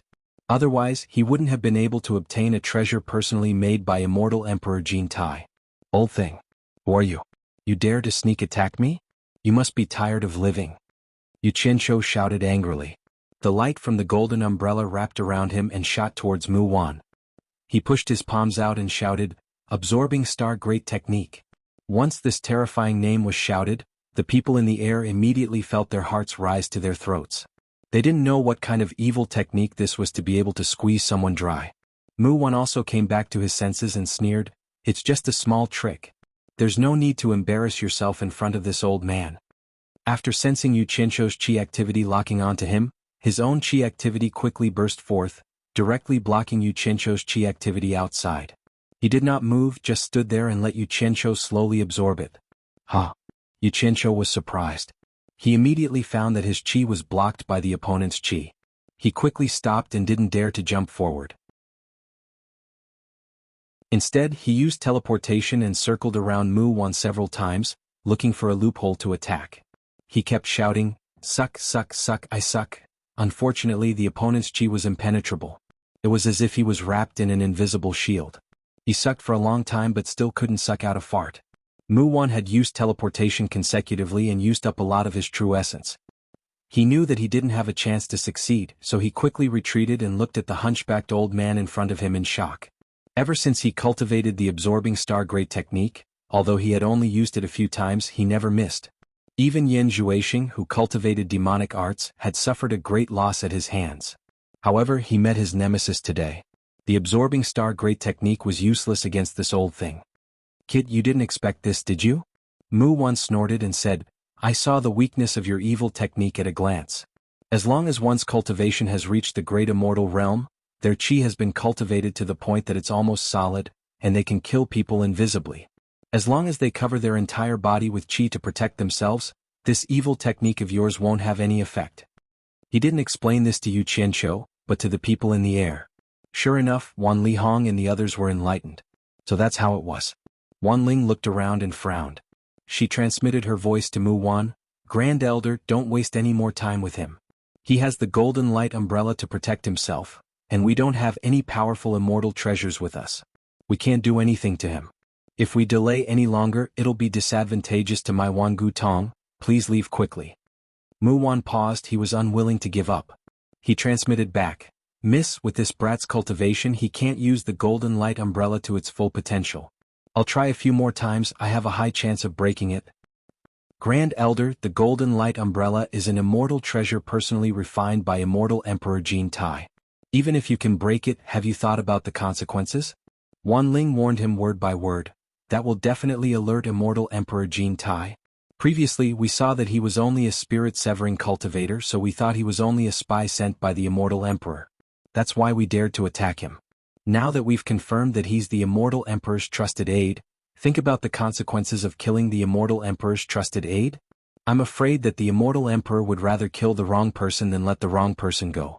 As long as it's someone related to Yu Qianqiu, they will all be implicated. Our Wangu Tong will not be an exception. Mu Wan's heart skipped a beat, but he knew Wan Ling was right. He looked at Yu Qianqiu with reluctance. Yu Qianqiu was also staring at him coldly.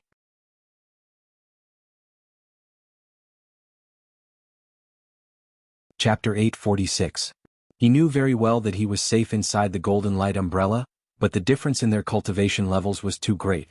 Based on Mu Wan's speed, there was no way he could hurt him. Thus, he purposely taunted Mu Wan, hoping that Mu Wan would be foolish enough to break through his purple flame-flying sword. Then he would take the opportunity to kill Mu Wan. However, to his surprise, Mu Wan only left a cold humph, then turned into a streak of light and disappeared into the distance. Mu Wan didn't even give him a chance to use the purple flame-flying sword. She accepted Wan Ling's warning, not daring to act rashly. In the air, Wan Lihong and the others nodded at each other, then quietly chased after Mu Wan. Before she left, Wan Ling looked at Yu Qianqiu with a complicated expression. Thinking about how Mu Wan had touched and pinched her face, and how she couldn't do anything to him, her heart twisted uncomfortably. She could only hope that they would never meet again, lest she remembered that disgusting scene every time she saw him. Yu Qianqiu watched as the streak of light disappeared into the distance, his brows knitted together. He was a little confused by Mu Wan's actions. Ambushing him out of the blue, then running away without saying a word. What was the meaning of this? Mu Wan's cultivation level far surpassed his own. Could it be that Mu Wan noticed that his purple flame-flying sword was condensed from the purple flame and ran away in fear? Thinking about it, it didn't seem possible. According to his knowledge, even in the immortal world, there weren't many people who had the fortune to see the purple flame-flying sword. It was even more impossible for Mu Wan to recognize the purple flame-flying sword. This was the first time he had seen something like this, let alone others. No matter how he thought about it, he felt that the problem was with the golden light umbrella. Mu Wan was probably scared away by the treasure from the immortal palace. Thinking of this, he began to worry. If Mu Wan leaked the secret of his golden light umbrella, then it would be troublesome. Who cares if it really happened? This old man will not admit it even if he was beaten to death, and will instead accuse Mu Wan of framing me. Yu Qianqiu steeled his heart, he couldn't be bothered to think about it anymore. What he didn't know was that he was thinking too much. Mu Wan and Wan Tong's higher-ups would not spread this news, for they had their own concerns. Just think about it, they had already confirmed that Yu Qianqiu was immortal Emperor Jin Tai's trusted aide. If they leaked the news that Yu Qianqiu had the golden light umbrella, Yu Qianqiu would definitely suspect that Wan Gutong was behind this sneak attack. Ambushing an immortal emperor's trusted aide was not something Wan Gutong could afford to offend. Needless to say, Wan Gutong's secret would rot in his stomach. He cautiously looked around several times, not daring to put away the golden light umbrella that he had taken out, fearing that he would encounter another sneak attack out of the blue. After some hesitation, he identified a direction and lightly stomped his feet. The granite on the ground melted, and he sank into the ground along with the umbrella. After he sank, after Wan Tong had to that he had won the earth, he. Close to 2 hours later, he found himself out of the granite mountain range. Layers of soil appeared around him, and he quickly floated to the surface. When he emerged from the surface, he found himself in a barren land overgrown with weeds. Behind him was the granite mountain range. The barren land stretched as far as the eye could see. Among the lush grass, there were a few tall trees standing proudly. After Yu Qianqiu identified the direction, he didn't hesitate and sped away. On the green and yellow plains, tigers and wolves could be seen chasing their prey. The bloody scene did not attract Yu Qianqiu's attention. His eyes were filled with determination as he flew towards the horizon. Only when he noticed some special terrain would he throw a small silver ball into the air. The purpose of this trip was simple. He wanted to go to the hallucinatory immortal city and register a merchant association. He wanted the merchant association to flourish in the immortal world. He wanted to lead the cultivators in the immortal world to search for the miracle of life. Then the miracle would begin with him. After flying at high speed for more than 10 days, Yu Qianqiu was in tears. Based on his current flying speed, if he was in the immortal world, he would have circled countless times. But in the immortal world, he had just flown out of this vast plain. How big the immortal world was became a question in his mind. It was another sunset. The sunset dyed Yu Qianqiu, who was flying at high speed in the sky, red. Even though he felt that his cultivation was not bad, he still felt that flying at high speed for more than a dozen days was a little too much for him. He grabbed a handful of elixirs and stuffed them into his mouth. As he flew, he slowly recovered his true essence. He felt that the effect was too slow and was considering when to get some elixirs. Suddenly he was attracted by the landscape below. Although it was still relatively bright high up in the sky, the ground below was gradually shrouded in darkness. In the dusky twilight, there was a scarlet mountain hilly area. There were few trees and bright red stone mountains everywhere. Yu Qianqiu, who was more or less tired, could not help but jump down. Taking the opportunity to admire the strange mountain scenery, he took a break and recovered his spirit. So he landed on a red stone pillar that was like a towering stalagmite. He looked around and found that the reason why the mountain was red was because of the Dansha landscape. The mountain was undulating and dangerous, and the stone forest was like a mess. Under the sunset, there was a gray fog that rippled, giving people a feeling of palpitation. The undulating and messy stone forest seemed to hide some terrifying monster. Although the gray fog was thin, it seemed to be able to block people's vision. It seemed that no matter how high one's cultivation was, it would be difficult to peep at the secrets hidden behind it. The surroundings were dead silent. Yuchencho felt that it was a little strange. Curious, he immediately flew into the depths of the gray stone forest. Along the way he did not find anything unusual. In the depths of the messy stone forest, arched hills gradually appeared. The hills were full of caves of various sizes, and it was unknown how they were formed. Yuchencho circled a few times in the gray fog and landed in front of a tall scarlet hill. Directly in front of him was a cave with a diameter of 5 or 6 meters. It was pitch black inside, and a faint gray fog was curling out from the inside. It looked very strange. After hesitating for a while at the cave entrance, he felt that the immortal world could not be judged by the common sense of the human world, so he did not dare to enter. He stretched out 2 fingers, and a dazzling red spark jumped and condensed at the tip of his finger. It became the size of an egg. He condensed all the ordinary fire in his body into this ball, and with a flick of his finger, it shot directly into the depths of the cave with a whoosh. Only to hear a muffled hum sound from inside the cave, and the entire belly of the mountain seemed to be ignited by the raging fire. The big and small caves on the hill instantly shone with red light, and one after another, flames sprayed out. It was like thousands of fireworks had bloomed together. There was no doubt that the big and small caves on the hill were all connected. The cave entrance that Yuchencho was facing was the place where the fire was the fiercest. The surging flames swallowed his body in an instant. But he did not avoid it and stood quietly at the cave entrance, letting the fire engulf him. To him, he could not think of any fire in the world that could hurt him. Almost at this moment, from the seemingly empty hill came a series of shrill and angry squeaks. It was so sharp that it pierced one's eardrums, followed by the sound of countless flapping wings. Yuchencho's pupils shrank slightly, and saw that in the raging sea of fire, there were dense black shadows that quickly escaped from the cave entrance like lightning. The squeaks immediately filled the air. After the raging fire rose for a while, it gradually disappeared and shrunk in the cave. Amidst the noise, Yuchencho stared dumbfoundedly at the creatures that filled the sky. He never thought that the fire that he had set up on a whim would actually attract so many creatures. Bats. Each and every one of them was as big as a wash basin, and their bodies were covered in fur. What made Yuchencho feel strange was that the fire that he had released actually did not harm the fur on their bodies. He suddenly recalled a type of bat recorded in the Illustrated Jade Archive. It was called the enchanting vampire bat, and it lived by sucking the blood of living creatures. Although they were only as big as a wash basin, they could suck the blood of a live cow dry in one breath, and swell to the point where they would not die.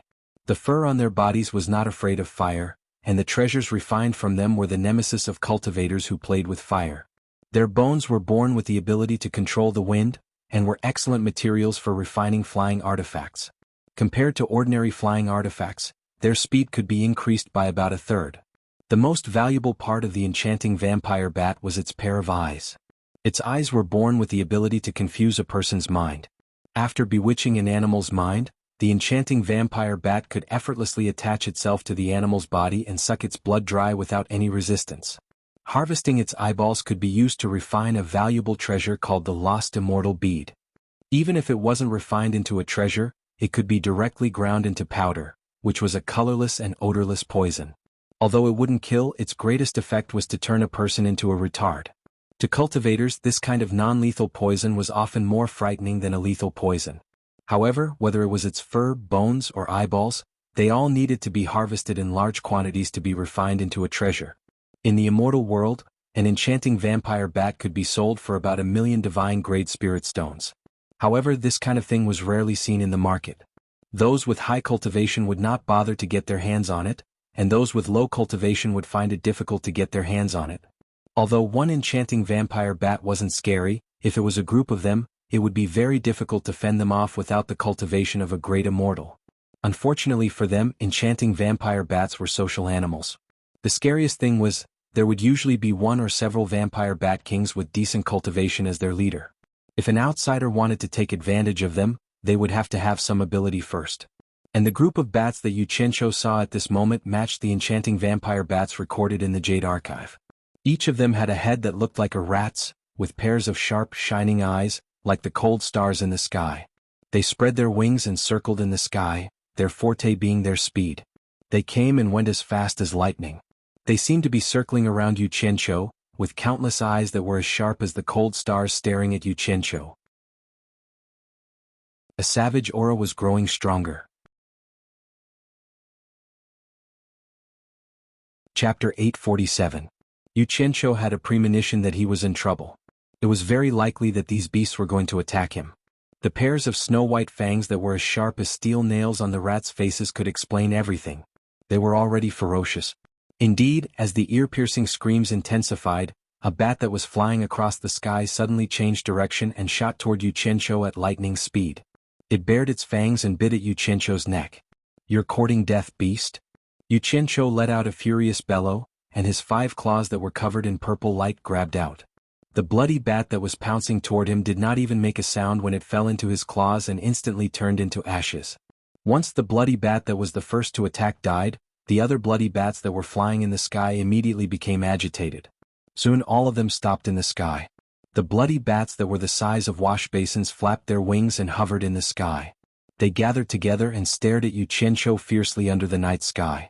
Their eyes were like the cold stars in the night sky, emitting a demonic glow that could shine into one's heart. Yu Qianqiu was slightly stunned.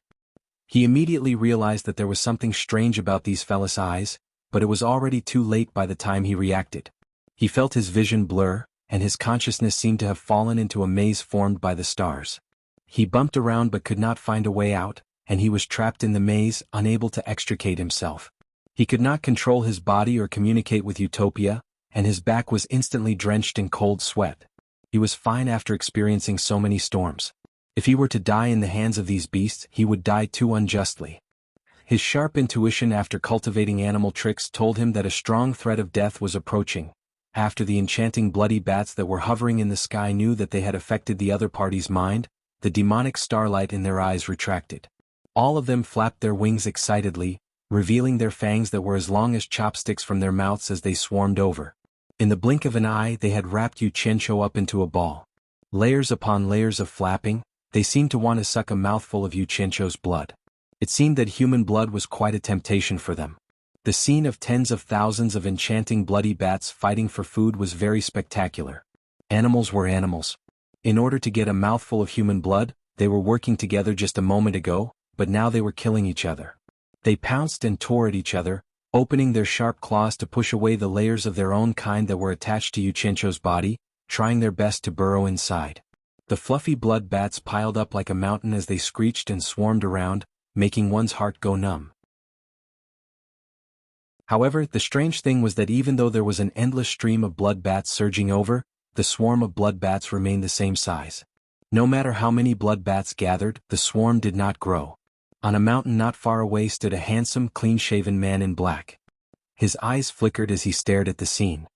His brows moved slightly as if he had noticed something amiss. Following that, he rubbed his lips in a circle and mumbled as if he was saying something, but no sound could be heard. However, the blood bats that had piled up on Yu Qianqiu's body caused a commotion. They lost interest in fighting for food and flew away in a hurry, as if they had been frightened by something. They all flew up and fled in panic. In the blink of an eye, they all disappeared into the corners of the mountain. Yu Qianqiu's slightly closed eyes slowly opened. There was a layer of black ash at his feet, and his body was surrounded by a faint purple fog. This purple fog was nothing but a tiny dew of the purple fire. It was a critical moment when his consciousness had been trapped. Perhaps he had sensed the danger, but the life spirit in his dantian had suddenly awakened. A dazzling golden light had exploded from his dantian, instantly dispersing the maze that had trapped his consciousness. As soon as he woke up, he saw the swarm of blood bats swarming over. Yu Qianqiu immediately felt the urge to kill. He had originally felt bad for disturbing everyone's rest because of a moment of curiosity. Who knew that they would want his life? Yu Qianqiu immediately had an evil thought. When the swarm of blood bats swarmed over, he put on a thick layer of golden armor. When his body was covered with biting blood bats, he immediately released a limited amount of the purple fire. He knew that if the purple fire were to burst out at once, it would kill many blood bats, but it would definitely scare away even more blood bats. He suppressed the use of the purple fire because he did not want to alarm the ones behind him. Instead, he killed them layer by layer until he attracted all the other blood bats. Then, it would be time to completely kill this group of beasts. However, to his surprise, this group of beasts seemed to have suddenly become smart. Only a few thousand of them had died, but they all ran away at the same time. It was really strange. Yu Qianqiu slowly retracted the hot purple fog that surrounded his body. His suspicious eyes were slightly startled, and he met the eyes of the man in black on the hill not far away. The two of them looked at each other for a long time and did not separate. In the end, the man in black was the first to smile. He waved his wide sleeves, cupped his fists and said, "I am Xiao Changquan. May I know which friend has come to visit my thousand-bat mountain? Please come closer and have a chat." Yu Qianqiu could not see through the depth of the man's cultivation. After thinking for a while, he dashed over, cupped his fists and said, "I am Yu Qianqiu. Are you the owner of this place, friend?" "You can say so." Xiao Changquan replied non-committally, but there was a trace of surprise in his eyes. From the way Yu Qianqiu flew over, he vaguely sensed that Yu Qianqiu's cultivation was not yet at the immortal realm. However, with his early-stage great immortal cultivation, he could not see through Yu Qianqiu's cultivation. It was very strange. What did he mean by "you can say so"? Yu Qianqiu frowned, but he still maintained his vigilance and asked, "May I know why friend called me here?" Xiao Changquan turned around and pointed to a tall mountain in the distance. Even though the sky was turning dark, one could still faintly make out the buildings on the mountain. He smiled and said, "My thousand-bat mountain rarely receives guests. It's getting late. If you don't mind, why don't you come to my humble abode and let me be your host?" This. Yu Qianqiu pondered for a while. He wanted to refuse mainly because he was afraid that it would not be safe. But seeing how polite the other party was, plus he really wanted to make more friends in the immortal realm, he changed his mind and said, "Then I will have to trouble you." "Ah, I am looking forward to having more friends. How can you say that I am disturbing you? I'm more than happy to have you. Please." Xiao Changquan waved his hand happily. Yu Qianqiu raised his hand politely, and Xiao Changquan immediately turned into a stream of light and landed on the peak. Yu Qianqiu quickly chased after him. As he flew near the peak, he paused for a moment to look at the building on the peak below. The building on the peak was not big, like a small Taoist temple. But the strange thing was that the whole building was directly carved out of the Danxia mountain. The building and the whole mountain were one. It was a unique scenery. However, no matter how Yu Qianqiu looked at it, he found it indescribably strange. Night had already fallen, so why was there not a single trace of light in the building? No matter how high the other party's cultivation was, this did not make sense. Chapter 848. When Xiao Changquan extended his hand again, the hesitant Yu Qianqiu landed in front of the house. Xiao Changquan smiled and turned to face the house. He waved his hand and slapped his chest. He opened his mouth and spat out dozens of phosphorescent lights that flew to every corner of the house. In the blink of an eye, the stone pillars and walls inside and outside the house were lit up with green flames. If one didn't look carefully, one wouldn't know that the bowl-like things protruding from the stone pillars and walls were actually fire troughs used for illumination. The entire mountaintop suddenly lit up, standing between heaven and earth like a green jewel. However, to Yu Qianqiu who was inside, although the hall was bright, it was a patch of green. There was a sense of eeriness and terror everywhere. The green light shone on the smile on Xiao Changquan's face, adding a sense of eeriness. It was very strange. Yu Qianqiu didn't know if he was thinking too much. Although the other party was very polite, he didn't let his guard down. He couldn't be blamed. He knew that on the path of cultivation, life and death were often decided by a thin line. There was no regret, only one need to take care of themselves. Not to mention this was a strange place. At Xiao Changquan's invitation, the two of them walked into the house with the flickering green light. Yu Qianqiu calmly looked around the house.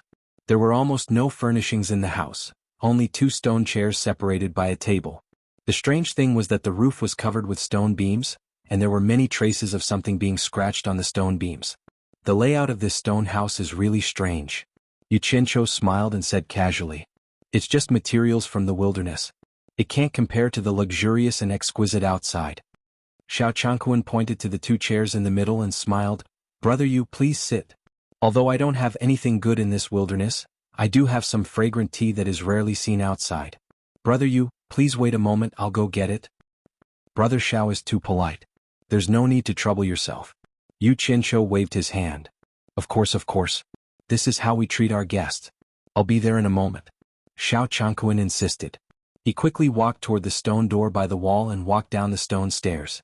Yu Qianqiu quickly scanned the surroundings. His gaze paused for a moment, fixated on the two chairs in the middle. Normally, the surface of a stone chair that people often sat on would be smooth, but the surface of these two stone chairs was rough, as if no one had ever sat on them. He tilted his head and glanced at the stone door. Then he gently floated up and silently flew into the stone door, following the stone stairs that spiraled downwards. It was so dark inside that he couldn't even see his fingers in front of him. After going dozens of meters deep into the belly of the mountain, a stone door blocked his way. Yu Qianqiu sneered and directly entered the wall beside the stone door. After fusing with the stone, he immediately sensed that there was a rather large space in the belly of the mountain. As he approached the edge of the space, the stone in front of him automatically melted to reveal a small hole the size of a soybean. Yu Qianqiu squinted his eyes and looked through the small hole. Inside, Xiao Changquan was indeed seriously boiling a pot of tea. The light from the small stove illuminated Xiao Changquan's meticulous expression. Yu Qianqiu heaved a sigh of relief. It seemed that he was overthinking. Just as he was about to quietly return, he inadvertently discovered that there were pairs of cold, star-like eyes shining on the stone wall behind Xiao Changquan, opening and closing from time to time. Enchanting blood bats. Yu Qianqiu squinted his eyes. He was all too familiar with this kind of gaze. He had almost fallen prey to it before. So he carefully looked again. He would not have known if he had not looked, but when he did, he was shocked. After a careful look, he found that there were countless enchanting blood bats hanging upside down on the stone wall behind Xiao Changquan. If he did not look carefully, he would have mistaken them for the original color of the stone wall in the cave. Yu Qianqiu suddenly sneered again and again. It seemed that snakes and rats were in cahoots. His peeping pupils suddenly shrank. He saw Xiao Changquan pick up the sand pot on the small stove and put it on the tray on the stone table. After opening the lid, he immediately saw that it was steaming hot. It was also at this moment that Xiao Changquan's handsome and indifferent face suddenly became ferocious and terrifying. His mouth suddenly opened wide as if a gash had been torn on his face. It was a terrifying sight. The most unacceptable thing was that two snow-white fangs the length of half a chopstick suddenly flipped out of his open mouth. Xiao Changquan leaned over the steaming sand pot. 2 drops of crystal-clear liquid seeped out of the 2 fangs and dripped into the sand pot. Then, the 2 fangs retracted back into his mouth, and the hideous and terrifying face returned to normal and harmless appearance. Xiao Changquan closed the lid of the sand pot and carried the tray with one hand. He calmly walked towards the stone door. "Dog. You actually want to poison me?" A fierce look flashed across Yu Qianqiu's face. He quietly and quickly left the stone wall. When he reappeared, he had already jumped out of the house. Then, he expressionlessly walked to the stone chair and sat down. He slowly waited. He had already guessed Xiao Changquan's identity from the 2 fangs that were exposed. It was obvious that he was the same species as the bats. He might even be the Bat King of the enchanting blood bats.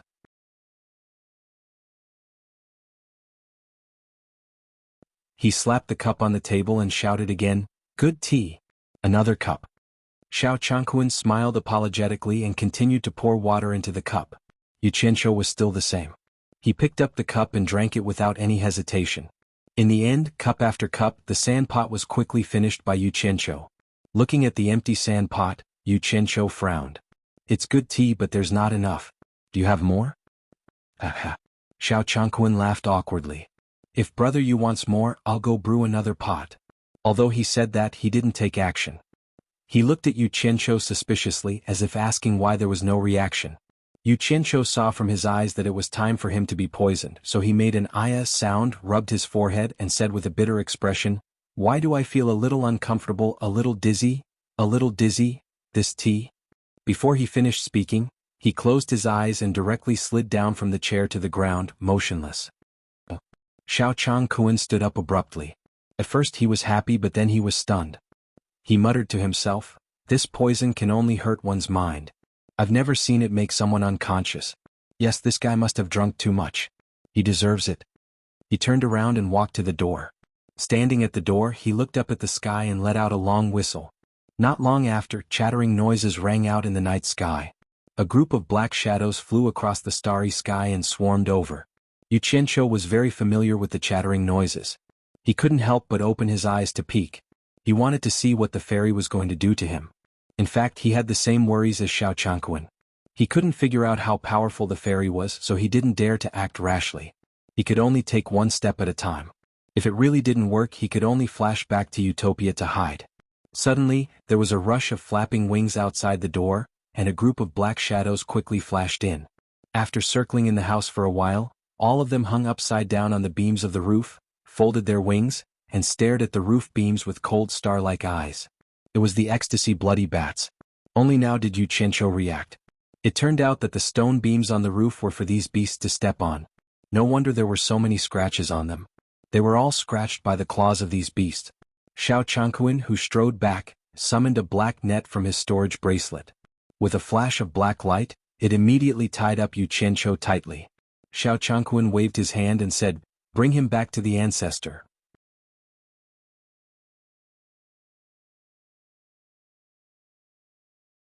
Before he could react, he heard a bang sound. Yu Qianqiu was in a daze and his face was twitching.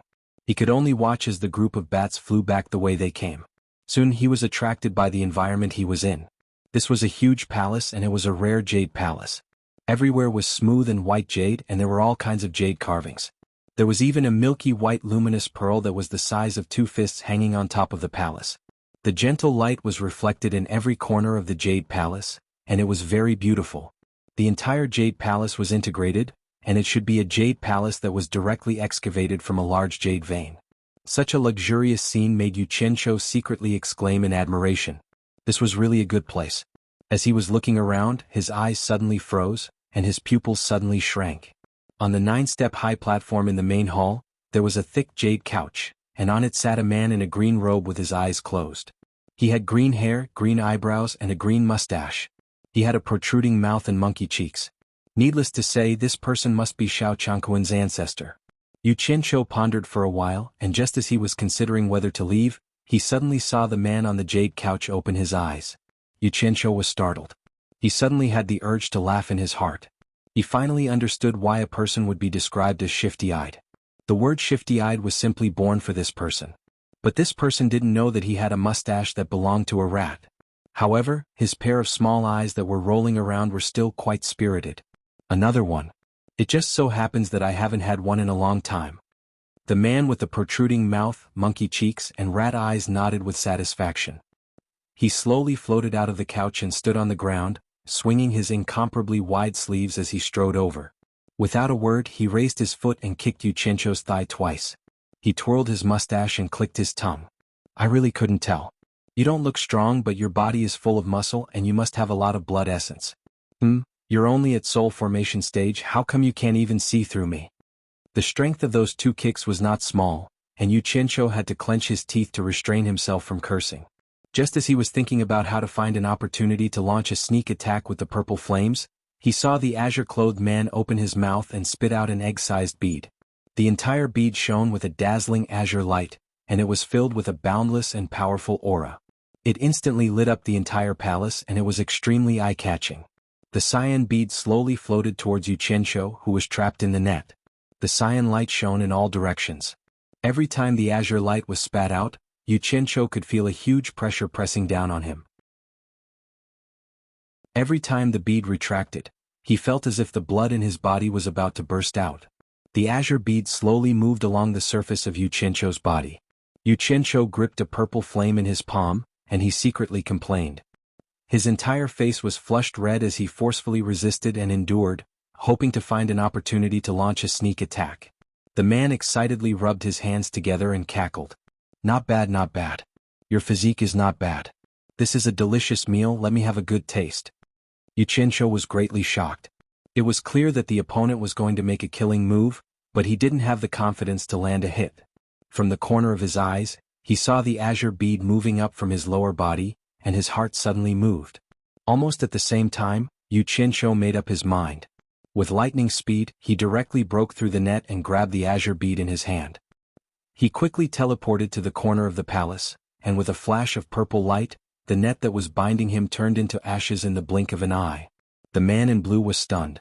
He couldn't believe that someone could easily break through the black gold net. After he came back to his senses, he angrily screamed, "Give me back my inner core." "Stop!" Yu Qianqiu shouted. He didn't dare to let the man near him. The hand that was covered in purple light tightly held onto the azure bead in his hand. However, the azure bead in his hand was not under his control. It struggled more and more, and it was not something that he could control with his cultivation. Left with no choice, the power of the purple fire suddenly exerted pressure on it. The azure bead in his hand let out a sizzling sound, trembled, and immediately became obedient. To be honest, Yu Qianqiu didn't want to destroy the azure bead in his hand. Without a doubt, the treasure that was hidden in the opponent's body was definitely not simple. It was just the right thing to use to threaten the opponent. If he destroyed it, the opponent would definitely fight him to the death. As long as he couldn't kill the opponent, he would undoubtedly make a mortal enemy in the immortal world. Just as he used the purple fire to pressure the azure bead, the man in blue let out an "ah" and held his head with both hands, letting out a shrill scream. Yu Qianqiu was startled. He looked at the azure bead in his hand and realized that this thing was actually connected to the strange man's body. If the azure bead was damaged, the opponent would also be implicated. Thinking about the two words "inner core" that the opponent said, he immediately understood. It must be the opponent's inner core, no wonder. Looking at the strange man who was trembling in pain, Yu Qianqiu immediately had an evil thought. If he directly destroyed this inner core, would he be able to get rid of this future trouble? With this evil thought in mind, he immediately put it into action. Purple light circulated in his palm, and the incomparably strong and intense temperature of the purple fire instantly acted on the azure bead. The green-clothed man immediately let out a blood-curdling scream. His entire body exploded into a cloud of green mist with a wong sound. A huge green shadow appeared and flew around the huge palace while screaming "Wah wah." Quickly stop, we can discuss anything." His cries for mercy echoed in the palace. Yu Qianqiu stared dumbfoundedly at the huge green shadow that revealed its original form.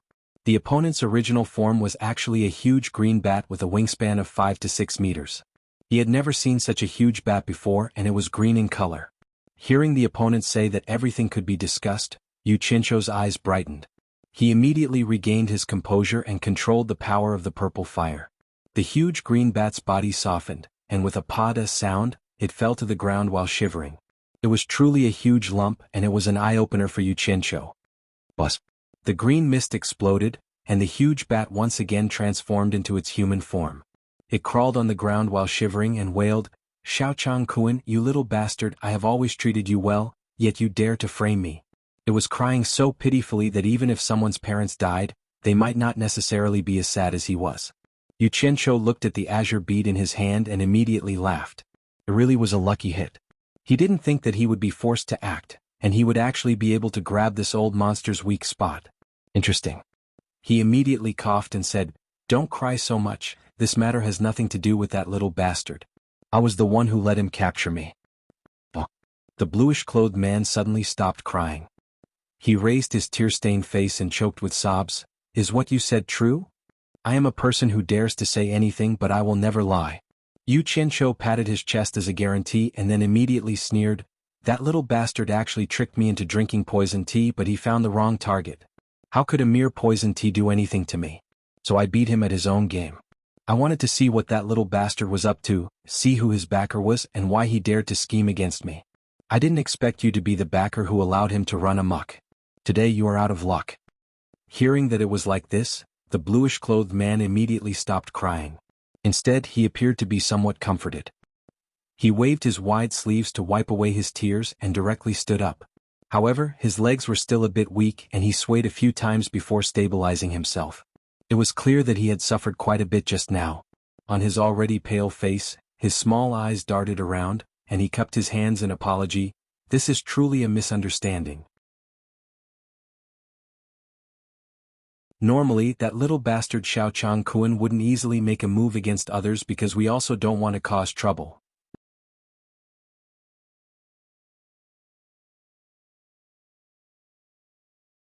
Chapter 850. According to what you're saying, I was the one who started the trouble? Yu Qianqiu looked at the green bead trapped by the purple flames with malicious intent. The azure-clothed man jumped in fright and waved his hand in panic. No, it must be that little bastard's brain that's running amok. I'll definitely take care of him after this. Yu Qianqiu snorted, what does it have to do with me whether you take care of him or not? What I want to ask is, there's no enmity between us, so why did you try to kill me? The azure-clothed man was speechless. How could he explain this clearly? Since you were sent here, I naturally had to kill you. After dawdling for a while, he smiled awkwardly. May I know your name and which sect in the celestial world you're from? I'm Wei Chuanqiu, and I have some acquaintances in the celestial world. Perhaps I know your sect's elders. Don't try to make connections, it's useless. Yu Qianqiu waved his hand and interrupted, I'm a wandering cultivator without a sect, so I definitely have no relationship with you. Right now, your inner core is in my hands. I only need a thought to completely destroy it. Tell me, how are you going to settle the debt of killing me? The azure-clothed man's eyes darted around and he let out a sigh of relief. The meaning behind the other's words was very clear. There was a lot of room for negotiation, so the result wouldn't be too bad. He paused and probed, you didn't lose anything after all, but my cultivation was damaged. How about this, we'll let this matter go. You return my inner core to me and we'll pretend nothing happened. We won't pursue this matter. What do you think? Yu Qianqiu immediately sneered, you're really dreaming. Do you really think I'm made of clay? You'll tell me after you're done playing with me. You must be joking. Damn it. I was brought here by a group of stinky bats and almost lost my life. Who's going to pay for my mental damage? The azure-clothed man really didn't understand Yu Qianqiu. Now that he had the upper hand, he wouldn't let this matter go if he didn't get the most out of it. Even if he wanted to give up, he couldn't leave behind an enemy to cause trouble in the future. Compensation for mental damage? The azure-clothed man muttered to himself. He thought for a long time before weakly asking, if you want money, why don't you just tell me a number? Talking about money is too vulgar. Do you think I'm someone who needs money? Yu Qianqiu said disdainfully. The green-clothed man was stunned. Then what does this compensation for mental damage refer to? Yu Qianqiu stared at the green bead trapped in the purple flames in his hand and said indifferently, compensation for mental damage. I mean a price that will compensate me for my fright. The man in green scratched his head. He couldn't figure it out. He also felt a lingering fear from Qingzhu's gaze on the inner core in his hand. The feeling just now was too painful and unbearable. It was the first time in his life that he had suffered like this. He didn't know what treasure was flashing with purple light in Qingzhu's hand. It had such great power that it could easily damage his inner core. In the end, he couldn't take it anymore and said bluntly, what do you want as compensation? Just say it. Don't beat around the bush. It depends on how much you can pay and whether you have the ability to pay the compensation I want. If the compensation you give is only enough to send a beggar away, then I'd rather destroy this inner core to vent the hatred in my heart. Yu Qianqiu said disapprovingly. You're questioning my Wei Chuanqiu's ability? The azure-clothed man was startled. He pointed at his nose and said in surprise, have you never heard of me, Wei Chuanqiu, in the immortal realm? Or do you not want to settle this matter? Wei Chuanqiu? Yu Qianqiu said suspiciously, I really haven't heard of you. Are you very famous in the immortal realm? So you haven't heard of me. No wonder you're so daring.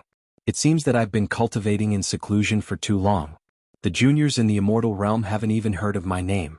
Wei Chuanqiu's small eyes faintly revealed a trace of nostalgia. He sighed, I've been cultivating in seclusion in this jade palace for too long. I'm afraid it's been more than 10,000 years. Back then, although I wasn't a top expert in the immortal realm, I was still a famous figure. Famous? Yu Qianqiu looked up and down at Wei Chuanqiu, who had a pointy mouth, monkey cheeks and shifty-eyed eyes. He doubted that this person who was easily controlled by him could be famous in the immortal realm. Wei Chuanqiu's small eyes flickered as he looked at him.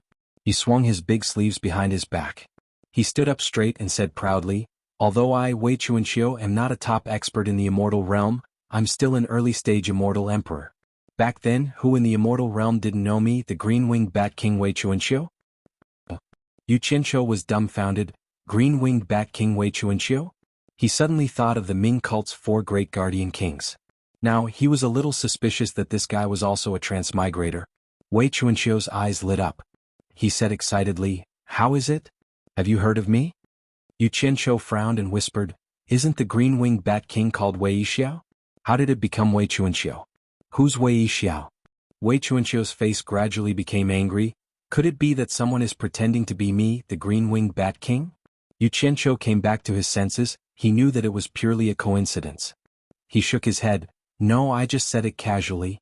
I couldn't tell that you're an early-stage immortal emperor. Good, very good. He stared at Wei Chuanxiu with shining eyes. Now I believe that you have the ability to compensate for my mental damage. It's good that you believe me. Wei Chuanxiu nodded in satisfaction. Return the inner core to me. As long as it's within my capabilities, I will agree to it. I won't go back on my words. He thought that his name was worth something, but who would have thought that Yu Qianqiu wouldn't buy it?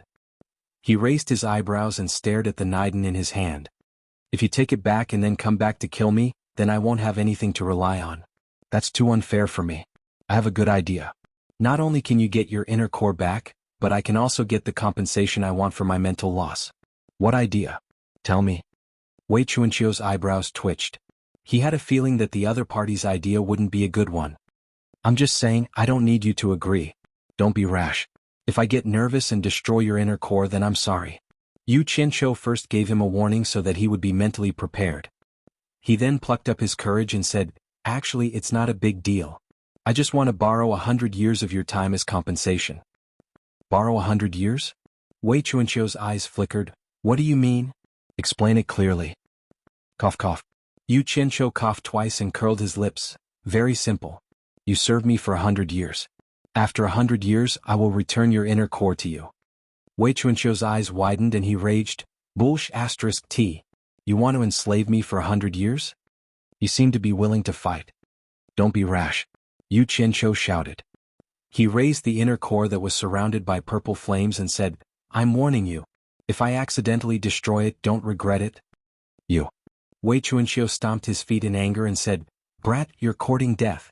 You dare threaten me. Damn it. There's no such thing as a free lunch in this world. Yu Qianqiu's temper flared.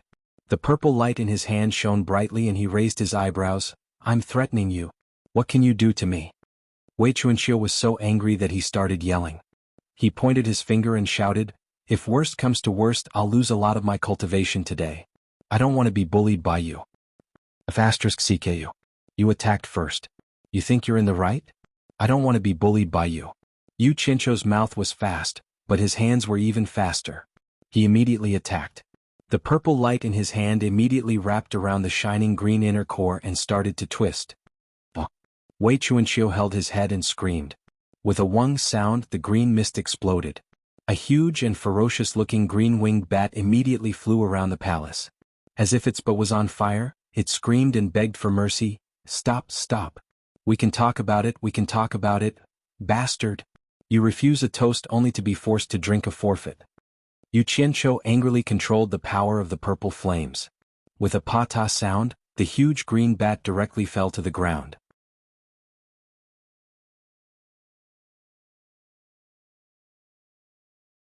Chapter 851. Just as he was feeling puzzled, he caught sight of Yu Qianqiu's empty hands. He was stunned and a ferocious glint flashed in his eyes. Yu Qianqiu narrowed his eyes. He knew that he was in trouble, but he endured it and didn't flee. As expected, Wei Chuanqiu had already disappeared from the spot. His neck tightened and his entire body immediately became immobile. Wei Chuanqiu's sinister laughter rang in his ears. Little brat, you're still too inexperienced to fight with me. Where's the inner core? Hand it over obediently. Old bastard. Yu Qianqiu cursed in his heart. His neck was tightly gripped by Wei Chuanqiu, and his throat was gurgling, but he couldn't say a word. But even so, he still didn't flash back to utopia. Wei Chuanqiu couldn't be bothered to waste time with him. He directly pulled the storage bag off his waist and checked it with one hand. He was stunned to find that it was empty. There wasn't even a strand of hair. He immediately threw it behind him and shook Yu Qianqiu's neck, scolding, What's wrong with you? You don't have anything and yet you're still hanging a lousy bag on your waist? As he spoke, his hands didn't stop moving. His sharp claws danced in the air, and with a hissing sound, the rags flew around the palace. In the blink of an eye, all of Yu Qianqiu's clothes were torn to pieces. However, he didn't find what he was looking for. Wei Chuanqiu grabbed Yu Qianqiu's neck like he was holding a duck that had its feathers removed. He shook his neck crazily and shouted, Where is it? Where did you hide my inner core? Hand it over. Bastard. Are you a pig? How am I supposed to speak when you're grabbing my neck? Yu Qianqiu felt that his neck was about to break, and his eyes were blurry from the shaking. He kept rolling his eyes, but the other party was so anxious that he didn't notice anything. There was no need to doubt that this fellow was a ruthless person. Even if he was stripped naked and suffered such humiliation, he still clenched his teeth and endured it without dodging. Otherwise, with just a thought, he could safely escape the clutches of the demon and return to Utopia, but he just didn't want to. Wei Chuanxiu's expression froze as he recovered from his impatience. He also realized his mistake. He immediately released his 5 claws and clasped onto Yu Qianqiu's shoulder. Fortunately, Yu Qianqiu was not an ordinary person. Otherwise he would have been dead. The red-faced Yu Qianqiu coughed twice and took a few deep breaths to calm himself down. Even though he couldn't move, he still gritted his teeth and said, "Wei Chuanxiu, you old bastard, you're obviously taking revenge on me. Fine, you win, but listen carefully. Since I dared to do this, I'm not afraid of you. I've already teleported the item away. If anything happens to me, someone will immediately destroy your inner core. None of us will have an easy time. Even if I die, it'll be worth it if I can drag an immortal emperor expert down with me." Teleported away? Wei Chuanxiu was stunned. He thought for a long time but couldn't figure out what that meant.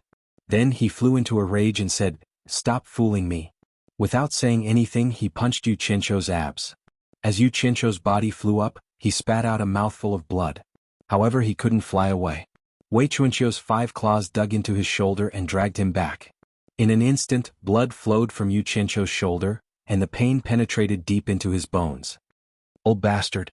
If you dare to attack again, don't blame me for being impolite. I'll immediately make your cultivation fall below the early immortal emperor stage." Yu Qianqiu roared with blood in his mouth. Wei Chuanxiu grabbed his shoulder and gave another heavy punch. Yu Qianqiu's body flew up and he spat out another mouthful of blood. His 5 claws dug deep into his shoulder and dragged him back again. Wei Chuanxiu sneered, "Stubborn dead duck, do you really think this Bat King is a pushover? This is just an appetizer.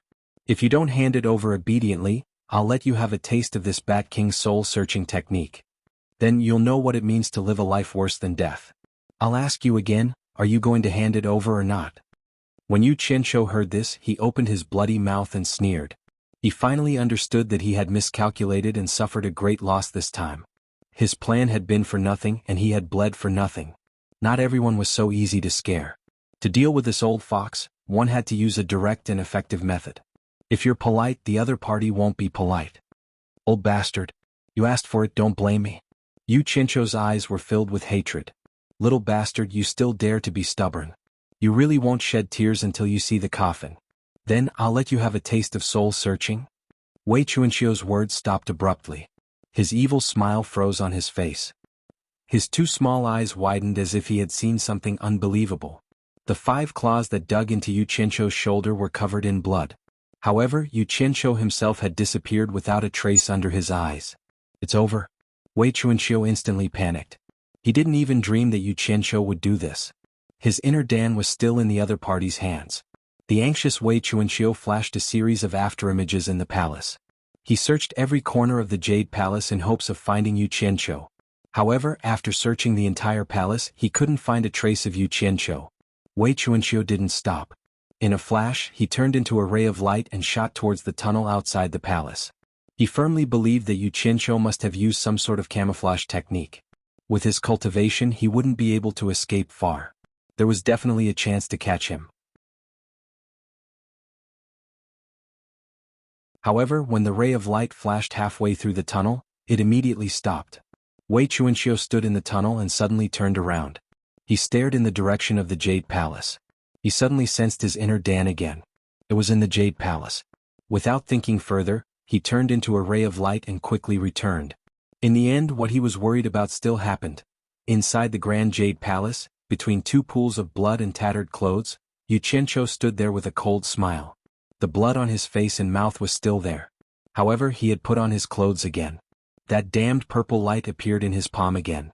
The scariest thing was that the purple light was still trapping his shining green inner Dan. It was truly a matter of life and death. Wei Chuanxiu's mind was in a daze. He knew that he was in big trouble. He had just offended the other party. The other party was obviously here for revenge. He immediately waved his hands and begged, "Please don't do anything rash. Please don't do anything rash. Everything can be discussed." "Discuss my ass." Yu Qianqiu's angry roar echoed throughout the Jade Palace. He cursed, "Old bastard. Now you know fear? Just now, I showed my sincerity to discuss with you, but you tried to kill me. If I fall for your tricks again, I'll write the 3 words you Qianqiu, upside down. Now I'll let you have your fill." "Don't." Wei Chuanqiu shouted anxiously, "There's no need to discuss. Whatever you say, I'll agree to it." Yu Qianqiu, who was about to kill him, was startled. He could still consider agreeing to anything. He squinted his eyes and said, "No matter what I say, you'll really agree to it?" Wei Chuanqiu looked at the purple light in Yu Qianqiu's palm. He nodded and said, "You're Yu Qianqiu, right? As long as it's not too excessive, I'll agree to it." "You bastard. You actually lowered your standards again. Are your words **t? Yu Qianqiu roared, "I want to beat you up now to vent my anger. Do you agree?" The purple light in his hand suddenly increased. Wei Chuanqiu was so frightened that he said, "Yes, I agree." "Bastard." Yu Qianqiu put away the purple fire and inner core. He rolled up his sleeves and strode forward. He pointed at the frightened Wei Chuanqiu and shouted, "You're not allowed to dodge. You're not allowed to use your cultivation to resist. Otherwise, I'll make you wish you were dead." While Wei Chuanqiu was dumbfounded, Yu Qianqiu took a few steps forward. His 2 fists were covered with a thick golden armor, and it was the kind of golden armor that was covered with teeth nails. With a "hoo" sound, he swung his fist that was as big as a casserole. A bang sound was followed by a "ah" scream, and Wei Chuanqiu's small body fell to the ground. If one didn't rely on their cultivation to resist, it would be very difficult. "Bastard, you dare to hit me?" Yu Qianqiu kept on cursing. He hugged Wei Chuanqiu and gave him a beating. He punched and kicked Wei Chuanqiu until Wei Chuanqiu was like a pig being slaughtered. Yu Qianqiu wouldn't be able to vent his anger if he didn't beat him to his heart's content. He remembered that he was stripped naked by this old man before. He pounced on Wei Chuanqiu and tore at him. In the blink of an eye, he stripped Wei Chuanqiu naked. Wei Chuanqiu was worthy of being an old monster. His skin was really thick. Yu Qianqiu's golden armor nails were flattened, but this guy didn't even have a scratch on his body. Yu Qianqiu was even more furious. He withdrew the golden armor on his fists. He casually took out a large piece of nether iron. His palms shone with purple light, and in the blink of an eye, he made a simple mace that was nearly 2 meters long. The most eye-catching thing was the sharp fangs on the mace. The skinny and naked Wei Chuanqiu lay on the ground. He covered his private parts with both hands and said in fear, "Yu Qianqiu, what are you trying to do? What do you think I'm doing? I haven't had my fill yet." Before he finished speaking, Yu Qianqiu swung the crudely made mace and smashed it on Wei Chuanqiu's head. The strength of the mace was not small. It smashed on Wei Chuanqiu's head. Wei Chuanqiu, who didn't dare to use his cultivation to resist, was immediately swung by a huge force and slid more than 10 meters on the smooth jade ground. Yu Qianqiu carried the mace and rushed over while shouting. In addition to the bloodstains on his face, his aura was unusually fierce. Wei Chuanqiu's heart trembled in fear. He hugged his head with both arms and bent over. His legs shrunk and his whole body curled into a ball. Yu Qianqiu didn't care how pitiful his small body looked. He rushed over and raised the nether iron mace that looked even bigger than Wei Chuanqiu's small body. With a series of ping-ping sounds, he smashed Wei Chuanqiu with his fists and legs. The Jade Palace immediately echoed with Wei Chuanqiu's miserable cries. They lingered for a long time.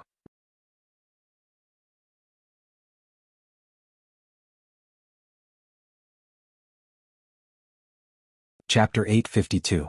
At his level of cultivation, his body was already extraordinary. Even if he didn't use his cultivation to resist, ordinary things wouldn't be able to hurt him.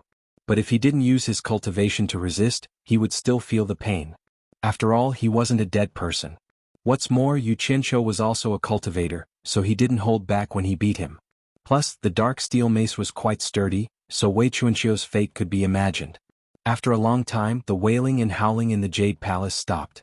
Wei Chuanqiu, whose hair was as messy as weeds, was naked in a corner of the Jade Palace. He covered his private parts with his hands and weakly raised his bruised and swollen head to peek. The dark steel mace was already deformed.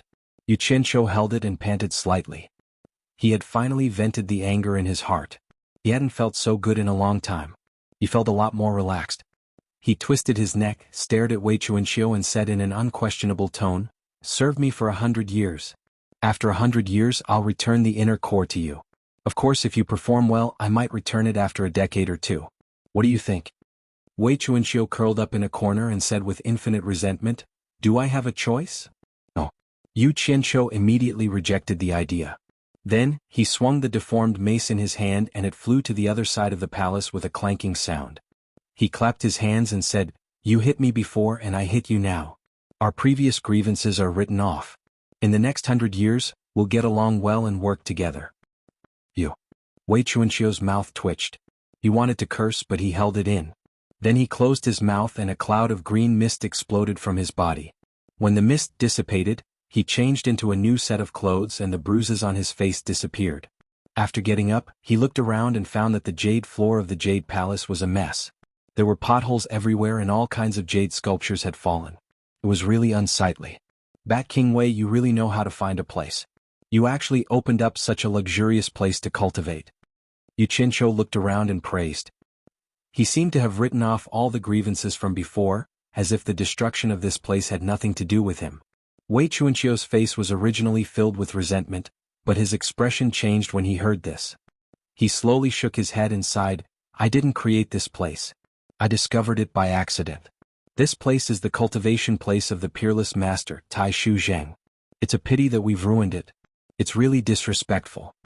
Peerless expert Tai Shu Zheng? Yu Qianqiu was startled. He racked his brains for a moment, but he didn't seem to have heard of such a person before. He couldn't help asking suspiciously, a person who can be called a peerless expert shouldn't be a nameless person. How come I've never heard of such a person?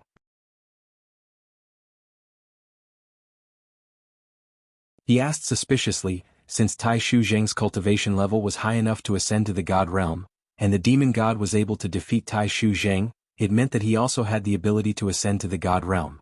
But why did you say that he defeated Tai Shu Zheng to gain the right to ascend to the God realm and become the demon god? This. Wei Chuanqiu twirled his mustache and said in a low voice, "This happened too long ago, so there's no way to verify it. However, there are two legends that point out that the demon god defeated Tai Shu Zheng to gain the right to ascend to the God realm." Seeing that Zhang Xian had stopped, Yu Qianqiu anxiously scratched his ear and urged, "Hurry up and finish your story." "Which two legends? Tell me so that I can broaden my horizons." In fact, he was very interested in the demon god. One should know that Yan Zhuixing, whose life or death was unknown, had always been a shadow in his heart. The terrifying demon god was Yan Zhuixing's backer, so he was eager to know everything about the demon god. Wasn't there a saying, "Know yourself and know your enemy, and you will emerge victorious"? That was what Yu Qianqiu thought. It was better to be prepared than to know nothing. Many people know about the first theory, but I heard about the second theory from an old senior. I'm afraid there aren't many people who know about it. Wei Chuanqiu twirled his mustache and said slowly, "It's said that ascending to the God realm doesn't just depend on one's cultivation. Of course, if one's cultivation doesn't reach a certain level, it's even more impossible to ascend to the God realm. It's said that the God realm doesn't confer gods easily. Every time the God realm descends, the number of people who can ascend to the God realm is limited." Yu Qianqiu was speechless and said, "You must be joking. There's a limit to the number of people who can ascend to the God realm? Are you saying that there was only one person who could ascend to the God realm, so the demon god and Tai Shu Zheng fought?"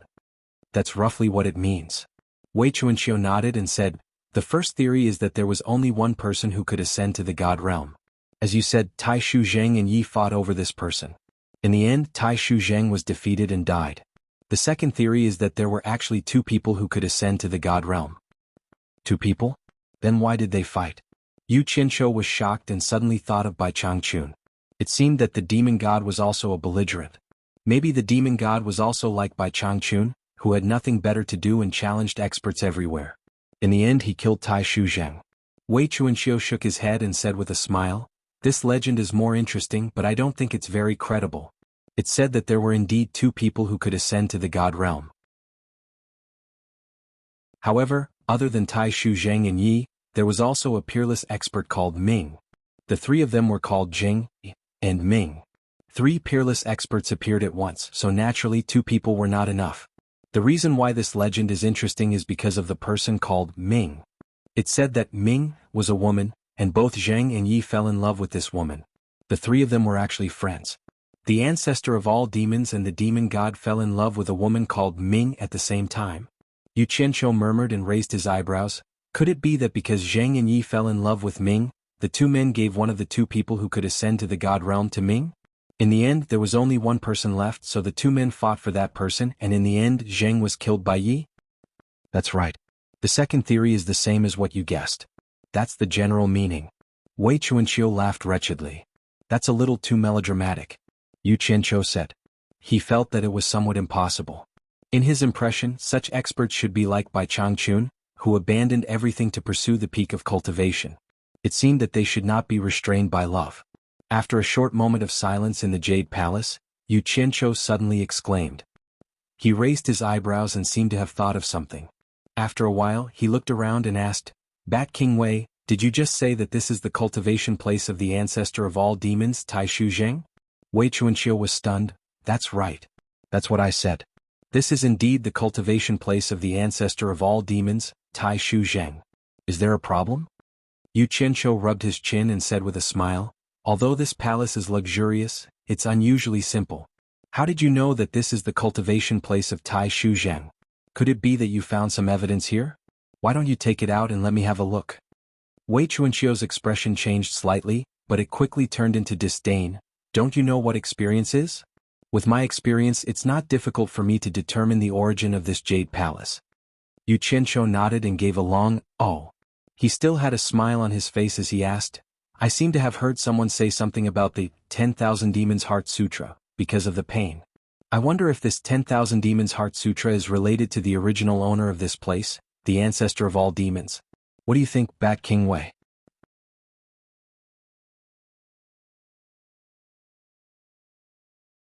Chapter 853. Wei Chuanqiu's expression did not change as he revealed a look of disdain. He said disdainfully, You really dare to think. If the 10,000 Fiend Heart Sutra that I cultivated was related to the 10,000 Fiend ancestor, would I have ended up like this? Although Wei Chuanqiu's words made sense, how could Yu Qianqiu be so easily fooled? He had clearly heard Wei Chuanqiu pounding the ground and howling that he shouldn't have gone into closed-door cultivation to cultivate the 10,000 Demons Heart Sutra. This meant that Wei Chuanqiu had not cultivated the 10,000 Demons Heart Sutra before going into closed-door cultivation. Moreover, how could cultivating the Myriad Demon Heart Sutra in the Myriad Demon Ancestors' place be a coincidence? Bat King Wei's words make sense. Yu Qianqiu nodded solemnly and sighed. With your fame in the immortal world, I'm sure your Myriad Fiend Heart Sutra has intimidated many people. If there's a chance, I'll have to ask about it so that I can admire the former glory of the Myriad Fiend Heart Sutra. Hearing this, Wei Chuanqiu could no longer pretend, and his expression changed greatly. Others may not know, but he knew very well that the Myriad Demon Heart Sutra was indeed a treasure left behind by Tai Shu Zheng, and he obtained it by chance. That was why he had been in seclusion for 10,000 years. It was only because the Myriad Demon's Heart Sutra was suitable for demons to cultivate, and he himself was a descendant of primordial beasts. Now he was even ranked among the ranks of immortal beasts. Although he was closely related to demons, there was still a huge difference between him and demons. After 10,000 years, he finally found a way to achieve the same goal through different means and began to condense a Yao Dan. He saw that the day he would be able to cultivate the Myriad Demon Heart Sutra was not far away. Who would have thought that he would run into Yu Qianqiu, the jinx, at this time? Yu Qianqiu actually snatched away the inner core that he had painstakingly refined. The meaning of Yu Qianqiu's words was very clear. He was clearly threatening him. Once the secret that he possessed the Myriad Demon Heart Sutra was revealed, most people might not know what the Myriad Demon Heart Sutra was, but some of the old fellows in the immortal world would definitely have heard of it, especially Immortal Emperor Jin Tai. One must know that the cultivation method of the ancestor of all demons, Tai Shu Zheng, was definitely a peerless cultivation method. Based on Immortal Emperor Jin Tai's character, he would definitely not tolerate the appearance of someone who challenged his authority. Once the secret of the 10,000 Demon Heart Sutra was leaked, Immortal Emperor Jin Tai would definitely not let him off. At that time it would be the day of his death. At this moment, Wei Chuanqiu's pupils constricted, and a strong killing intent brewed in his heart. However, on second thought, his inner core was controlled by Yu Qianqiu. He had tried before, and even if he killed Yu Qianqiu, he would not be able to find his inner core. The consequences of losing his inner core were very serious. If it was really as Yu Qianqiu had said, if something happened to him, someone would immediately destroy his inner core. Then he would completely degenerate into a ferocious beast with no intelligence. He could not afford to take this risk. Yu Qianqiu, what do you want? Wei Chuanqiu stood solemnly and with a gloomy expression, He gritted his teeth and said, I have agreed to serve you for 100 years, it is already very difficult. Don't be greedy and go too far. Yu Qianqiu shook his head and smiled. He slowly walked towards the high platform and sat on the jade couch. He touched the jade couch under his buttocks and said, Looks like I guessed correctly, the 10,000 Demon Heart Sutra is indeed related to the ancestor of all demons, Tai Shu Zheng. Wei Chuanxiu tilted his head and looked at him, his small eyes flashing with a gloomy light. So what? Do you want the 10,000 Demon Heart Sutra? That is impossible. Let me tell you, I can give up anything, but the 10,000 Demon Heart Sutra belongs to me alone. This sutra contains my lifelong dream. Even if I die, I will not give it to anyone else. You better give up on this idea. Besides, even if I give you the 10,000 Demon Heart Sutra, it is useless to you.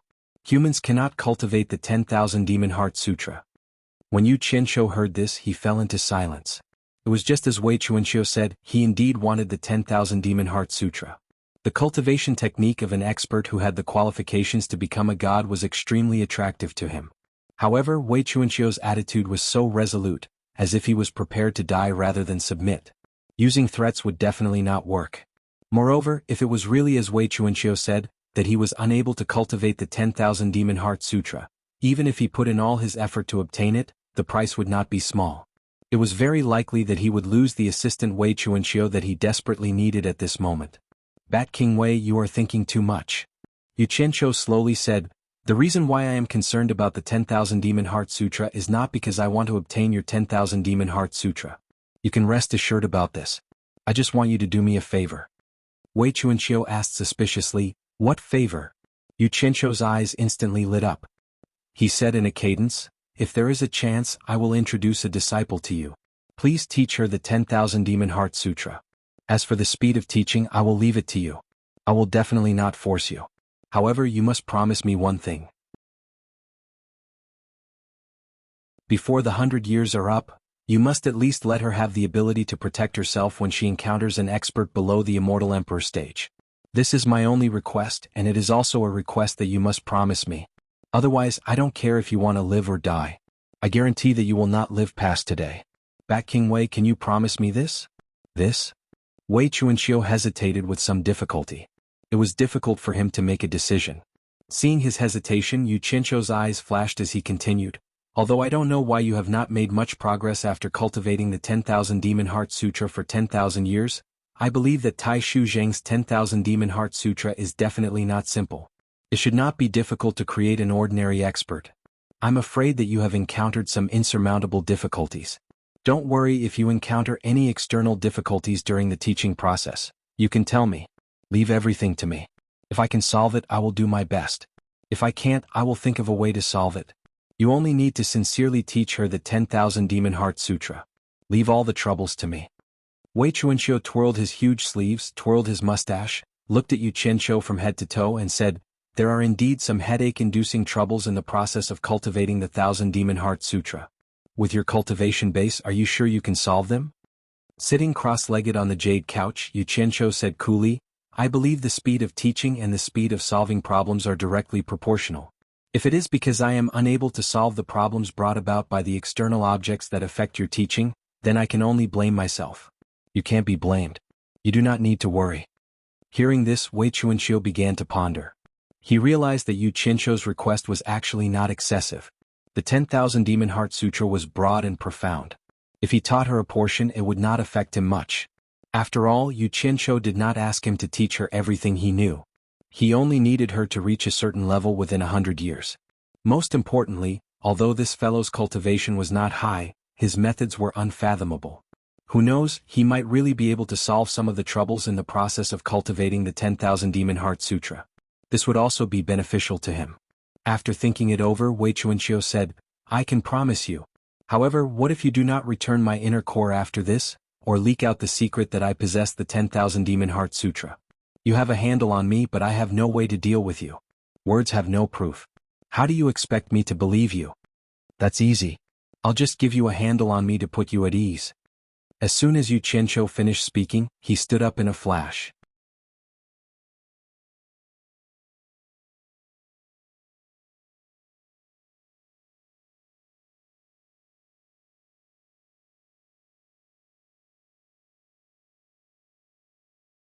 As he flew he shouted, "Bat King Wei, don't just care about yourself."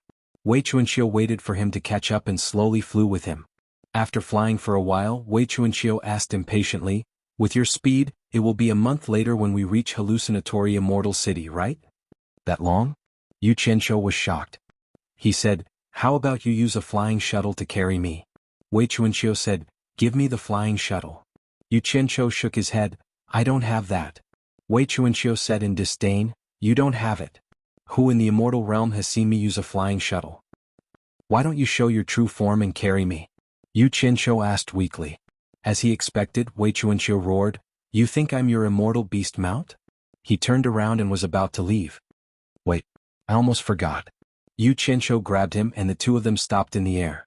Yu Qianqiu took out a black thing with two sharp ends and a round middle from his storage bag. Wei Chuanqiu looked at him suspiciously and threw it out with a spell. In the blink of an eye, a black and cold strange thing appeared in the air. "What is this?" Wei Chuanqiu looked at the smooth and streamlined strange thing that looked like a round shuttle. Yu Qianqiu looked at the words, "Utopia 001, on the flying shuttle and chuckled. "You'll know later." He performed a spell and the flying shuttle's belly flipped, revealing the entrance. After the two of them entered, Wei Chuanqiu kept shaking his head. He looked at the empty space and asked, "Is this a flying treasure?" "It's actually made of nether iron." He touched everything inside. Yu Qianqiu closed the cabin door and the cabin instantly became dark. Wei Chuanqiu chuckled and said, "Are you thinking of flying blindfolded?" Just as he finished speaking, there was a buzzing sound from a spring. His eyes lit up and 8 transparent crystal windows appeared. He could see everything outside clearly. Wei Chuanqiu waved his extraordinarily large sleeves and walked forward curiously.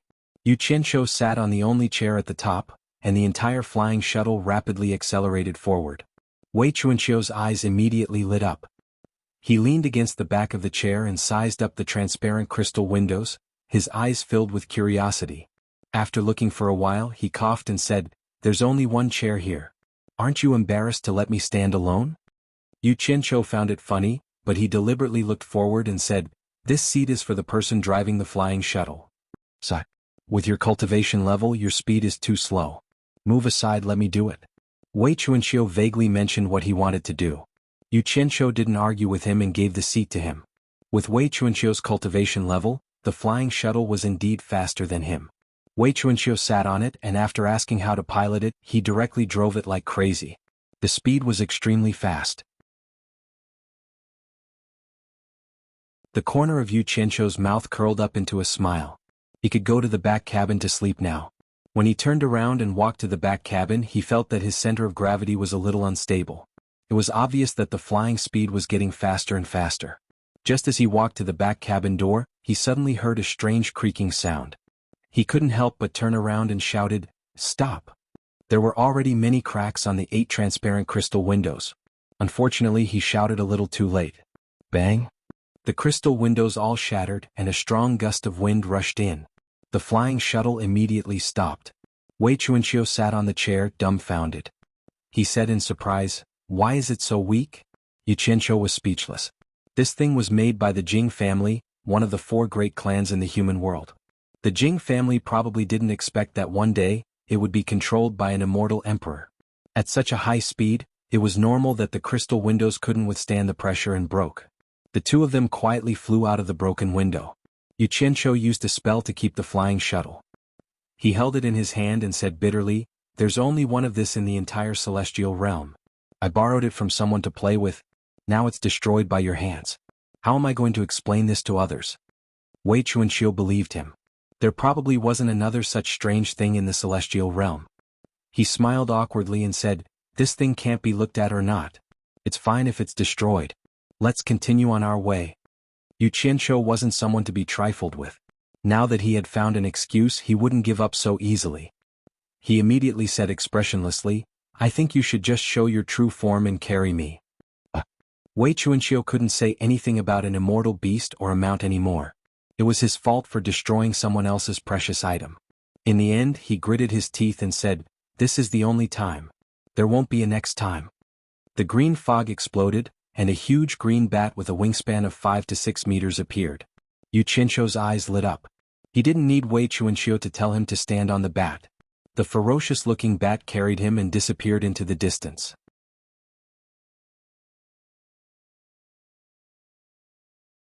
Chapter 855. The vast land was filled with undulating mountains and valleys, and the winding rivers surged endlessly. Above the clear blue sky, a ray of green light directly streaked across like a shuttle. Yu Qianqiu stood on the back of the giant bat with his hands clasped behind his back, silently admiring the magnificent mountains and rivers below. His heart was filled with emotions. It was not because of the beauty of the mountains and rivers, but because he had never thought that one day he would be able to control an immortal beast with the cultivation of an immortal emperor. He reckoned that those who could control an immortal beast of this level were not ordinary people. On the other hand, Wei Chuanxiu, who had revealed its true form and was flapping its wings, flew in silence, as if it was suppressing a breath of resentment in its heart. No matter how Yu Qianqiu tried to strike up a conversation, it did not reply, and from the giant bat's ferocious face, he could not see its expression. As the 2-meter-long wings flapped, a faint green splendor sprayed out like a rainbow. As the wings flapped, the edges of the wings undulated with a brilliant green arc of light. It was extremely beautiful.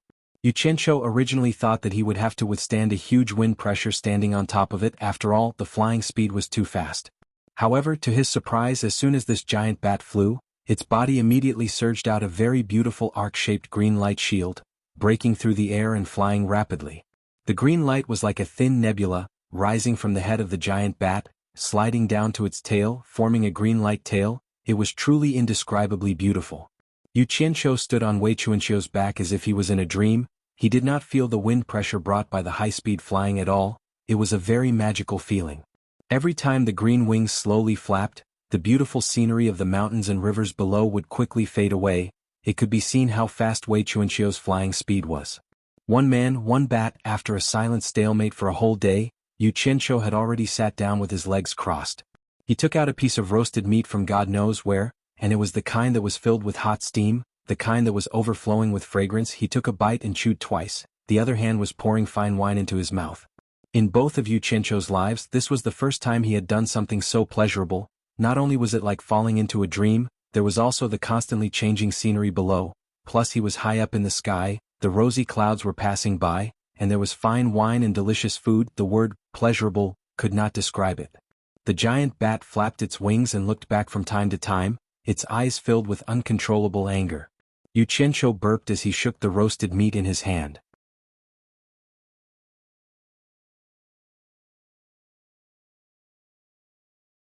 I'm just giving him a ride because I broke his flying treasure. You're looking down on people with bird eyes. Yunpeng was startled. He carefully examined Yu Qianqiu again. His eyes were filled with confusion. Clearly, he was still confused that he couldn't see through his opponent's cultivation. However, he also knew that since Wei Chuanxiu could say something like this, he definitely wasn't his mount. After all, no immortal beast mount would say something like that about their master. Yunpeng's gaze returned to Wei Chuanxiu. He shook his head coldly and said, I can't believe that after 10,000 years, your cultivation still hasn't improved. In terms of speed, you're no longer my match. After so many years, we've finally decided who's better. Wei Chuanxiu, do you admit defeat? Admit your bird feather. Wei Chuanxiu sneered, I can't be bothered to argue with you. You're still so stupid and shameless. You clearly saw that I was carrying a person on my back, yet you still shamelessly came to compete with me in speed. Only you could do this. Yu Qianqiu looked at Yunpeng suspiciously. Hearing Wei Chuanxiu call him bird, he deeply doubted Yunpeng's identity as a human. Less nonsense. Do you admit defeat or not? Yunpeng said indifferently, if you don't, you can put him down. We'll have another fair and square competition to see who's better. Wei Chuanxiu was speechless. He knew his own situation very well. For the past 10,000 years he didn't cultivate at all. He only focused on researching the myriad Demon Heart Sutra. In addition, his condensed inner core was burned twice by Yu Qianqiu with his purple fire.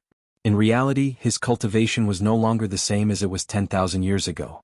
If he really wanted to compete, he definitely wouldn't be Yunpeng's match. Even so, the large bat's eyes darted around as if he thought of something. He then said with disdain, Yunpeng, you really didn't live these 10,000 years in vain. As expected, you've become more and more cunning. I've already flown for a long time. Adding on the fact that I was carrying a person to compete with you, I've used up too much energy. Even if I put him down and compete with you now, do you think it can be considered a fair and square competition? Even if you want to take advantage of me, you shouldn't do it like this. Yunpeng's white eyebrows furrowed. He muttered, then why don't you come to my Baiyun Mountain to rest first? When you've recovered, we'll have another fair and square competition. At that time, I'll make you accept your defeat. Wei Bat King continued to fly forward. He sneered and replied, I don't have your free time. I promised to send him to hallucinatory Immortal City. Let's talk about the competition when there's a chance. Yunpeng's cold face was full of disdain. He said coldly, don't tell me you know you can't do it, so you're looking for an excuse? Wei Bat King suddenly turned around and said word by word, if you really want to compete, why don't you reveal your true form? Just like how I carried him to compete with you. Do you dare to carry him and compete with me?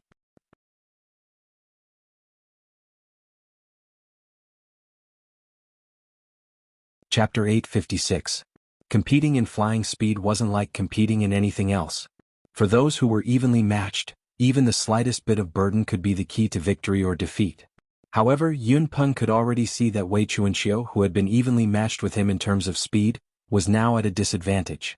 She was no match for him at all. Even if he had more people on him, Wei Chuanxiu's chances of winning were very slim. Both of them were descendants of primordial fierce beasts and immortal beasts that had reached the early stage of immortal emperor but didn't become humans' mounts. Moreover, both of them specialized in speed, which was rare in the entire immortal world. Even though the two of them had always been competing with each other, they secretly appreciated each other and shared the same fate. They had disregarded their own safety many times to help each other in times of danger. 10,000 years ago, Wei Chuanxiu's sudden disappearance made Yun Peng search almost the entire immortal world. After searching for 100 years, he still couldn't find Wei Chuanxiu's shadow. In the end, he suspected that Wei Chuanxiu was in danger. After all, it was very normal to fight and kill in the immortal world. Unexpectedly, while he was meditating on the dangerous peak of Baiyun Mountain, he suddenly saw a giant bat carrying a person. Who else could it be but Wei Chuanxiu? At first, he thought he was seeing things until he saw that the bat intentionally went around Baiyun Mountain. Yun Peng immediately confirmed that this giant bat was Wei Chuanxiu, who had mysteriously disappeared for 10,000 years. He immediately chased after it and found that it was indeed this guy. Thus, the two of them who had been separated for many years didn't say anything when they met. Why wouldn't I dare? Yun Peng stared at Wei Chuanxiu and said indifferently, I'm just afraid that you won't admit it after you lose. At that time, you will come up with all sorts of excuses to not admit defeat. Don't talk nonsense here. When have I ever lied? Wei Chuanxiu's eyes lit up as he looked straight ahead and said in a cadence, the final destination is Hallucination Immortal City. The first to arrive wins and the second to arrive willingly admit defeat. Is that okay? When Yu Qianshou heard this, he immediately became spirited. He excitedly rubbed his hands together and said, I think it's fine. In any case, I'm also participating. Let me be a witness. His gaze swept over the two of them, inwardly wondering who would be more comfortable to sit on. Yun Peng glanced at Yu Qianshou and said to Wei Chuanxiu, sure. But let me say the ugly words first. If anyone dares to play tricks along the way, don't blame me for being merciless. The meaning behind his words was clear. He suspected that Yu Qianshou would help Wei Chuanxiu create trouble. Yu Qianshou looked at Wei Chuanxiu speechlessly.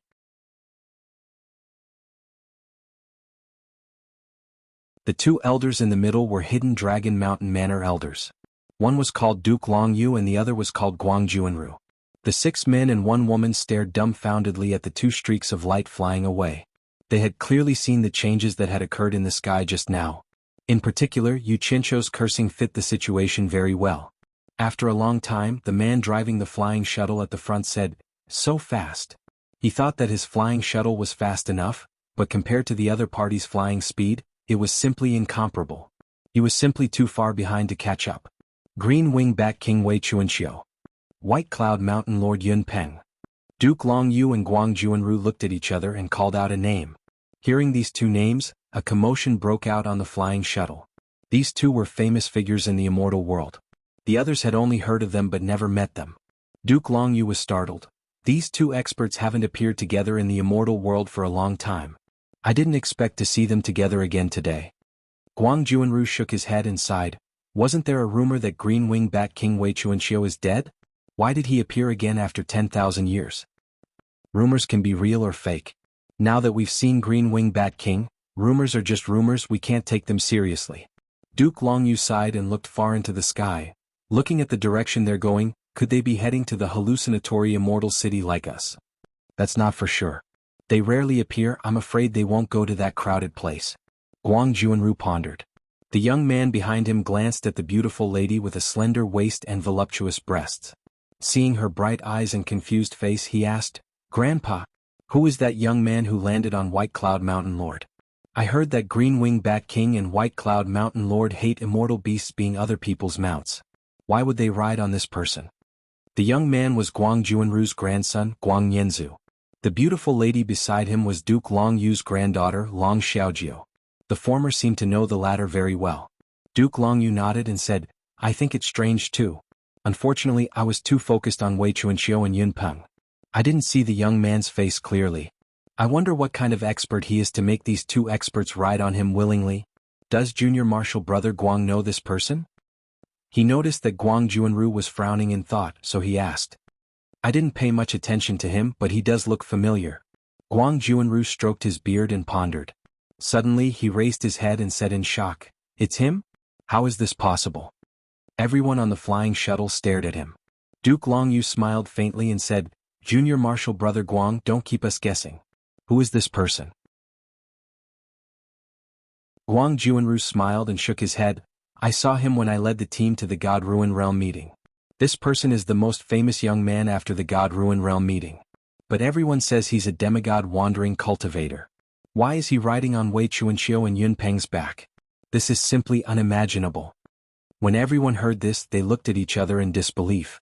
Duke Longyu frowned and said, "Could this person be the Yu Qianqiu who single-handedly killed 30 disciples of Heartless Palace in the Divine Ruin Realm? If I'm not wrong, it should be him."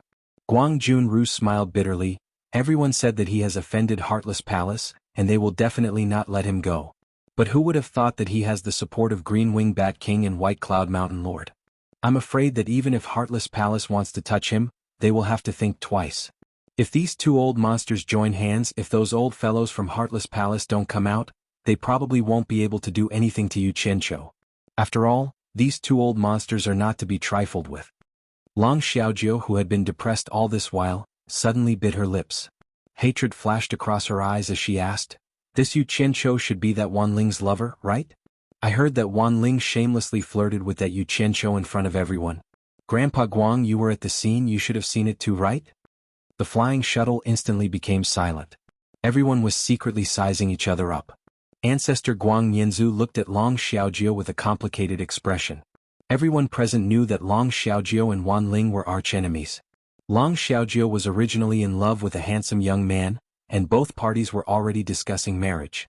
Who knew that Wan Ling would suddenly come out and interfere, and actually bewitch the man who was about to become Long Xiaojiu's husband away? The most infuriating thing was that after Wan Ling coaxed that man to break up with Long Xiaojiu, she also kicked that man away. In the end, that man found Long Xiaojiu to repent and beg her to forgive him. Long Xiaojiu, who suffered great humiliation, killed that man in a fit of anger, which caused quite a bit of trouble. Fortunately, Hidden Dragon Mountain Manor was strong enough, and this matter was finally settled. But Long Xiaojiu and Wan Ling were at loggerheads, almost regardless of the occasion. As long as they met, they would make a big fuss, but Long Xiaojiu always suffered losses in Wan Ling's hands.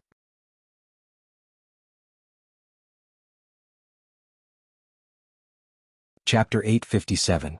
In short, Long Xiaojiu was always at a disadvantage in every aspect of the battle.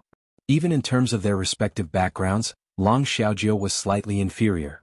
Putting aside whether Wan Gu Tong or Hidden Dragon Manor was more powerful, the important thing was that Wan Ling's grandfather was Wan Gu Tong's sect master, while Long Xiaojiu's grandfather was only an elder of Hidden Dragon Manor. On this point, Long Xiaojiu was at a huge disadvantage. There were some things Wan Ling dared to say and do because Wan Boxing could handle it. But when it came to Long Xiaojiu, she would have many scruples. After all, her grandfather could not be the master of Hidden Dragon Manor.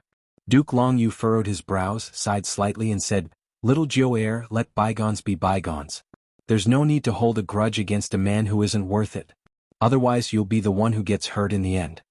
He then gave Guang Juanru a meaningful glance, and the latter immediately gave Guang Yanzu a meaningful glance as well. Long Xiaojiu had been depressed ever since she experienced that setback in her relationship, and Guang Yanzu had been her firm pursuer for a long time. Thus, the elders of both sides had the intention of matchmaking.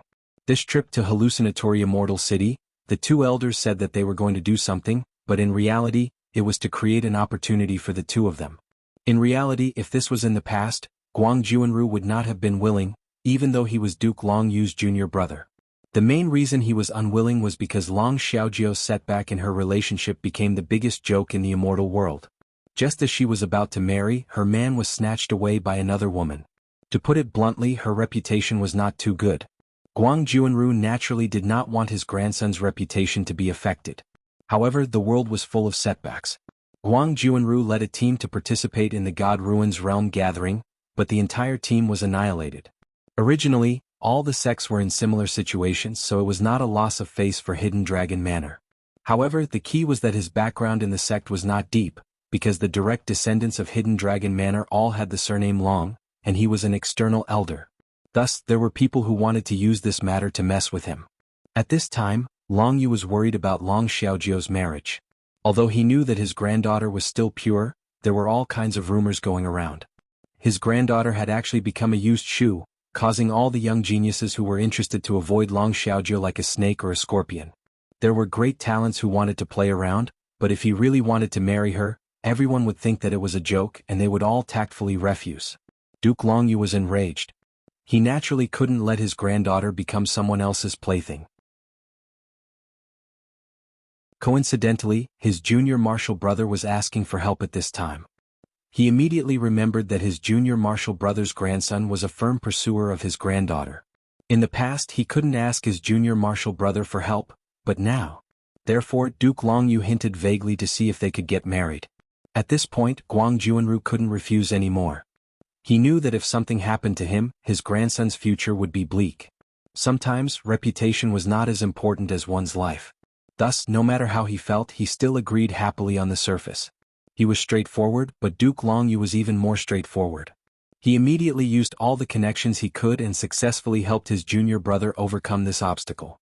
This was why the two old guys took the lead and match-made the two youngsters. This was really a painstaking effort. After Guang Yinzu received his grandfather's hint, he immediately smiled at Long Xiaojio. Xiaojio, why bother with a woman like that?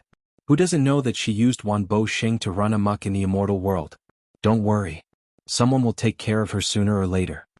Long Xiaojio looked at him indifferently as if she was looking at a stranger. She unintentionally glanced at her grandfather who was frowning and looking at her. She immediately squeezed out a smile and replied to Guang Yinzu, N. Guang Yinzu's joy was written all over his face. He pointed at the beautiful scenery of the mountains and rivers below and chattered endlessly. Long Xiaojio cooperated with him with a forced smile and nodded continuously. She was a man of few words and refused to give a complete sentence to Guang Yinzu. Guang Yinzu didn't mind. Although his grandfather Guang Juanru also had a smile on his face, it was a little unnatural. Some were happy and some were sad. At this moment, Yu Qianqiu had forgotten all his worries. He sat cross-legged on the back of the cloud rock with a smug smile on his face. His shoulders trembled as he laughed. From time to time, he waved his hand and shouted at Wei Chuanqiu who was chasing after him, Bat King Wei. Faster, faster, we'll catch up soon. Yee. One in front and one behind, one green and one white, two streams of light cut through the sky. The surrounding clouds disappeared in an instant. It had to be said that carrying a person was indeed a burden in a competition of pure speed. However, Wei Chuanqiu was still clearly at a disadvantage. From the beginning they were flying shoulder to shoulder. Now they were half a body lower. Now there was a distance of nearly 100 meters between them. However, Big Bat's eyes had turned red. Clearly he was very competitive and his eyes were bloodshot. No one knew when it started, but there were more and more streams of light coming and going in the surroundings.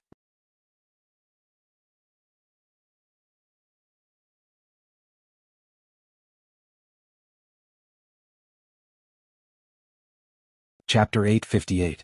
Above the vast sea of clouds, all kinds of flowing lights appeared and hovered in the air to observe.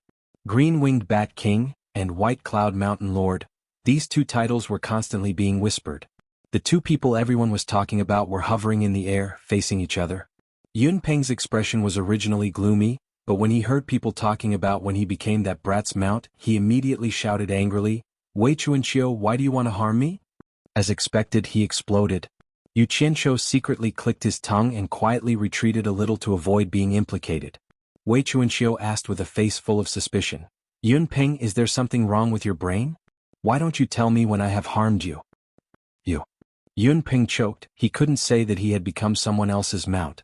Seeing this, Wei Chuanxiu coldly snorted and said, if you lose, then admit defeat honestly. Don't find all kinds of excuses. If you refuse to admit defeat, I can't do anything to you. Say it yourself. Do you admit defeat or not? Yun Peng's eyes were like cold lightning, staring straight at Wei Chuanxiu.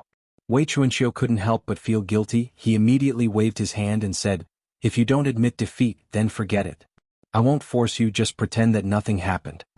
Then he shouted to Yu Qianqiu, let's go. He turned into a flowing light and flew towards the mountains of clouds and the sea of fog below. Yu Qianqiu didn't say anything. He looked at Yun Peng and acted as if he didn't know anything. He chased after Wei Chuanxiu. The two of them passed through the misty clouds one after another, and the view before them suddenly became clear. Below the clouds, there were many strange mountains like stars in a chessboard. On top of every mountain, there were houses of different styles. Some were tall buildings, some were courtyards, some were green tiles and red walls, and some were resplendent in gold and jade. In the middle of the mountains there was a huge square, crowded with people. It was very lively. It was very similar to what Yu Qianqiu saw in the Hundred Flowers Valley. It was filled with stalls of small merchants and peddlers. The perimeter of the square began to spread out with many winding main roads, leading in all directions. The winding main roads branched out into many branches, leading to every mountain. Seen from the air, the main and branch roads that wound between the mountains looked like thick and thin gray ribbons, intertwining like a labyrinth, dazzling the eyes. There was an endless stream of people on the grayish-white ribbon, and there were people flying across the sky from time to time. It was very lively. The two of them stopped in the air below the clouds and looked down with different expressions. Wei Chuanxiu sighed with emotion. After 10,000 years, he saw the prosperity of the illusory immortal city again. On the other hand, Yu Qianqiu looked around at the various buildings on top of the mountain and asked blankly, could this be the hallucinatory immortal city? He felt that it was different from what he had imagined, and he couldn't tell what was hallucinatory about it. Where else could it be if not the illusory immortal city? Wei Chuanxiu was startled as she spoke. She turned around and sized him up suspiciously. Could it be that you've never been to the illusory immortal city before? Yu Qianqiu replied casually, what's so strange about that? I've always been concentrating on cultivating and haven't come out to gain experience. It's very normal that I haven't been to the illusory immortal city before. You're so cunning and despicable before coming out to gain experience. What would you be like if you came out to gain experience? Wei Chuanxiu had a face of disbelief. She noticed that she couldn't tell if Yu Qianqiu was speaking the truth or not from his face.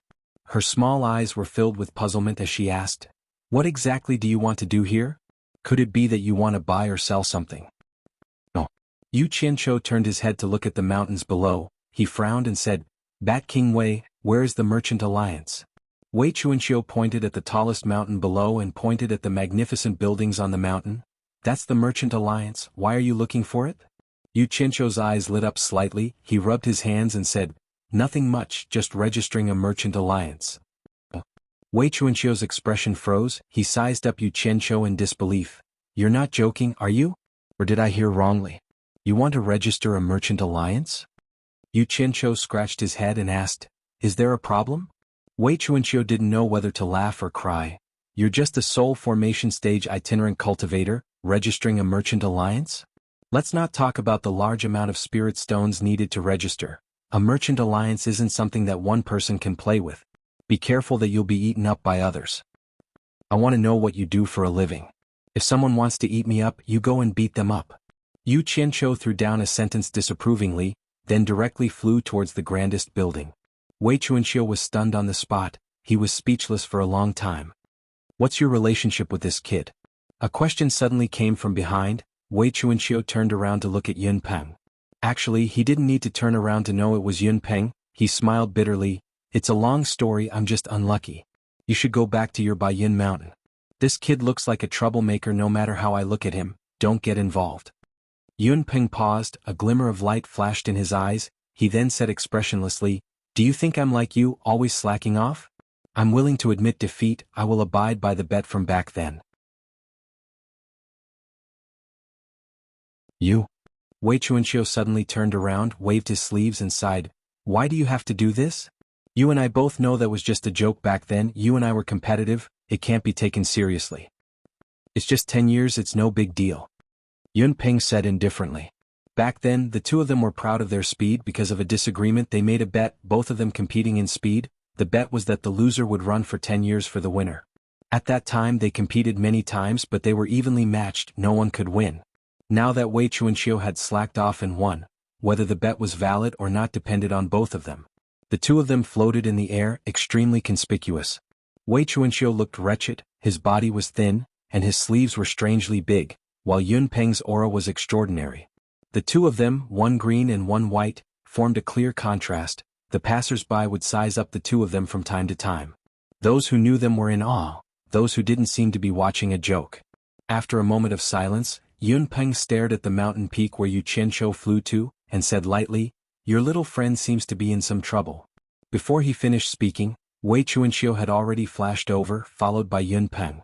Yu Qianqiu, who was blocked outside the main hall, looked at the two golden-robed men at the door, feeling depressed.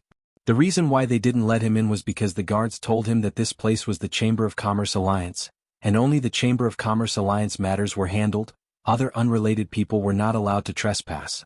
Yu Qianqiu nodded and bowed, telling them that he was here to register a Chamber of Commerce, but they told him that registering a Chamber of Commerce required a referral from another Chamber of Commerce, otherwise he would not be allowed in. Yu Qianqiu had never heard of this rule and thought that the two guards were purposely making things difficult for him, but in the end he was very understanding and took out 2 storage bags with a smile, and secretly stuffed them into the hands of the two, so that they could make things convenient for him. The 2 guards were dumbfounded. It was the first time they had seen such an open bribe. It was no different from harming them. If they were found out, they would be in trouble. The two of them were furious, as if they had caught a hot potato. They could not wait to throw away the storage bags that Yu Qianqiu stuffed into them, and gave a serious warning. "Is it too little? Motherf ****. Even a guard's appetite is so big." Yu Qianqiu looked gloomy as he turned around to pick up the 2 storage bags. Coincidentally, Wei Chuanxiu and Yun Peng landed in front of him. Wei Chuanxiu's gaze swept over the 2 guards, asking suspiciously, "What did you stuff into them?" Yu Qianqiu lowered his voice and mocked, "Their appetite is too big. There are 10 divine-grade spirit stones in each storage bag. It seems they think it's too little, not letting me register." "Bribing in public?" Wei Chuanxiu and Yun Peng's faces twitched. The former asked with difficulty, "Why did you give them spirit stones? Don't tell me you want to barge in without a referral from another Chamber of Commerce." Yu Qianqiu blanked for a moment. "Do I really need a referral from another Chamber of Commerce to register? This is the rule of the Chamber of Commerce Alliance, mainly to prevent people with unknown origins from causing trouble, don't you know?" Wei Chuanxiu weakly raised his hand to his forehead. The sharp light in Yun Peng's eyes receded, his eyelids drooping slightly as he maintained his silence. Yu Qianqiu turned around to look at the open doors, muttering under his breath, "Damn it! There's such a lousy rule. Why haven't I heard of it before? Who should I look for a referral?" Pondering for a moment, his eyes lit up, asking, "Bat King Wei Wangu Tong should have a business here, right? Do you know where it is?" Wei Chuanxiu frowned, asking suspiciously, "The Immortal World's #1 Chamber of Commerce, Wangu Tong? Are you familiar with Wangu Tong? For a referral like this, if one doesn't have a good understanding of the other party's background, one wouldn't help. It might even be risky. Without old man Wanbo's approval, no one would dare to help Wangu Tong. Are you sure Wangu Tong is useful?" "I'll give it a try." Yu Qianqiu looked around, asking, "Which mountain is Wangu Tong on?" At this time Yun Peng, who had been silent all this time, suddenly pointed to a mountain not far away, "Over there." Yu Qianqiu took the opportunity to look at the gray buildings on the opposite side of the mountain. Nodding his head, he put away the 2 storage bags in his hands and flew off in a flicker. Wei Chuanxiu and Yun Peng exchanged a glance, then followed after Yu Qianqiu. Both of them were curious whether Yu Qianqiu was really that capable, choosing the #1 sect in the immortal world, Wangu Tong, out of all people. The 3 of them landed in front of the gray hall on the opposite side. This place was obviously livelier than the Commerce Alliance's area, with people walking in and out of the hall. Wei Chuanxiu and Yun Peng followed behind Yu Qianqiu. More importantly, the 2 of them standing together was too eye-catching, immediately attracting the attention of many people. Elder Wan Gi, who was sitting behind the curtains in the side hall, stood up and walked out in large strides. From afar, he cupped his fists towards Wei Chuanxiu and Yun Peng, so it's the green-winged Bat King and White Cloud Mountain Chieftain. Sorry for the disrespect. These two people's names did have some influence in the immortal world. Everyone in the hall stopped to look at them. Wei Chuanqiu chuckled, so it's Gia. Are you in charge of this place now? Both sides were obviously familiar with each other. I'm ashamed. I'm indebted to the sect master's kindness. Wang Yi said a few polite words. His gaze fell on Yu Qianqiu, who was flanking Wei Chuanqiu and Yun Peng. He cupped his fists in a somewhat surprised manner and said, "Honored sir, looks very unfamiliar. May I know who you are?" You're tuning in to the Han Li's Wuxia Chronicles YouTube channel. We're so grateful for your support, and don't forget to subscribe to join us on this incredible journey through captivating stories. Your generosity through donations truly makes a world of difference, as it's the primary source of revenue that allows me to expand and enhance this channel for you. Thank you from the bottom of my heart for being a part of this adventure.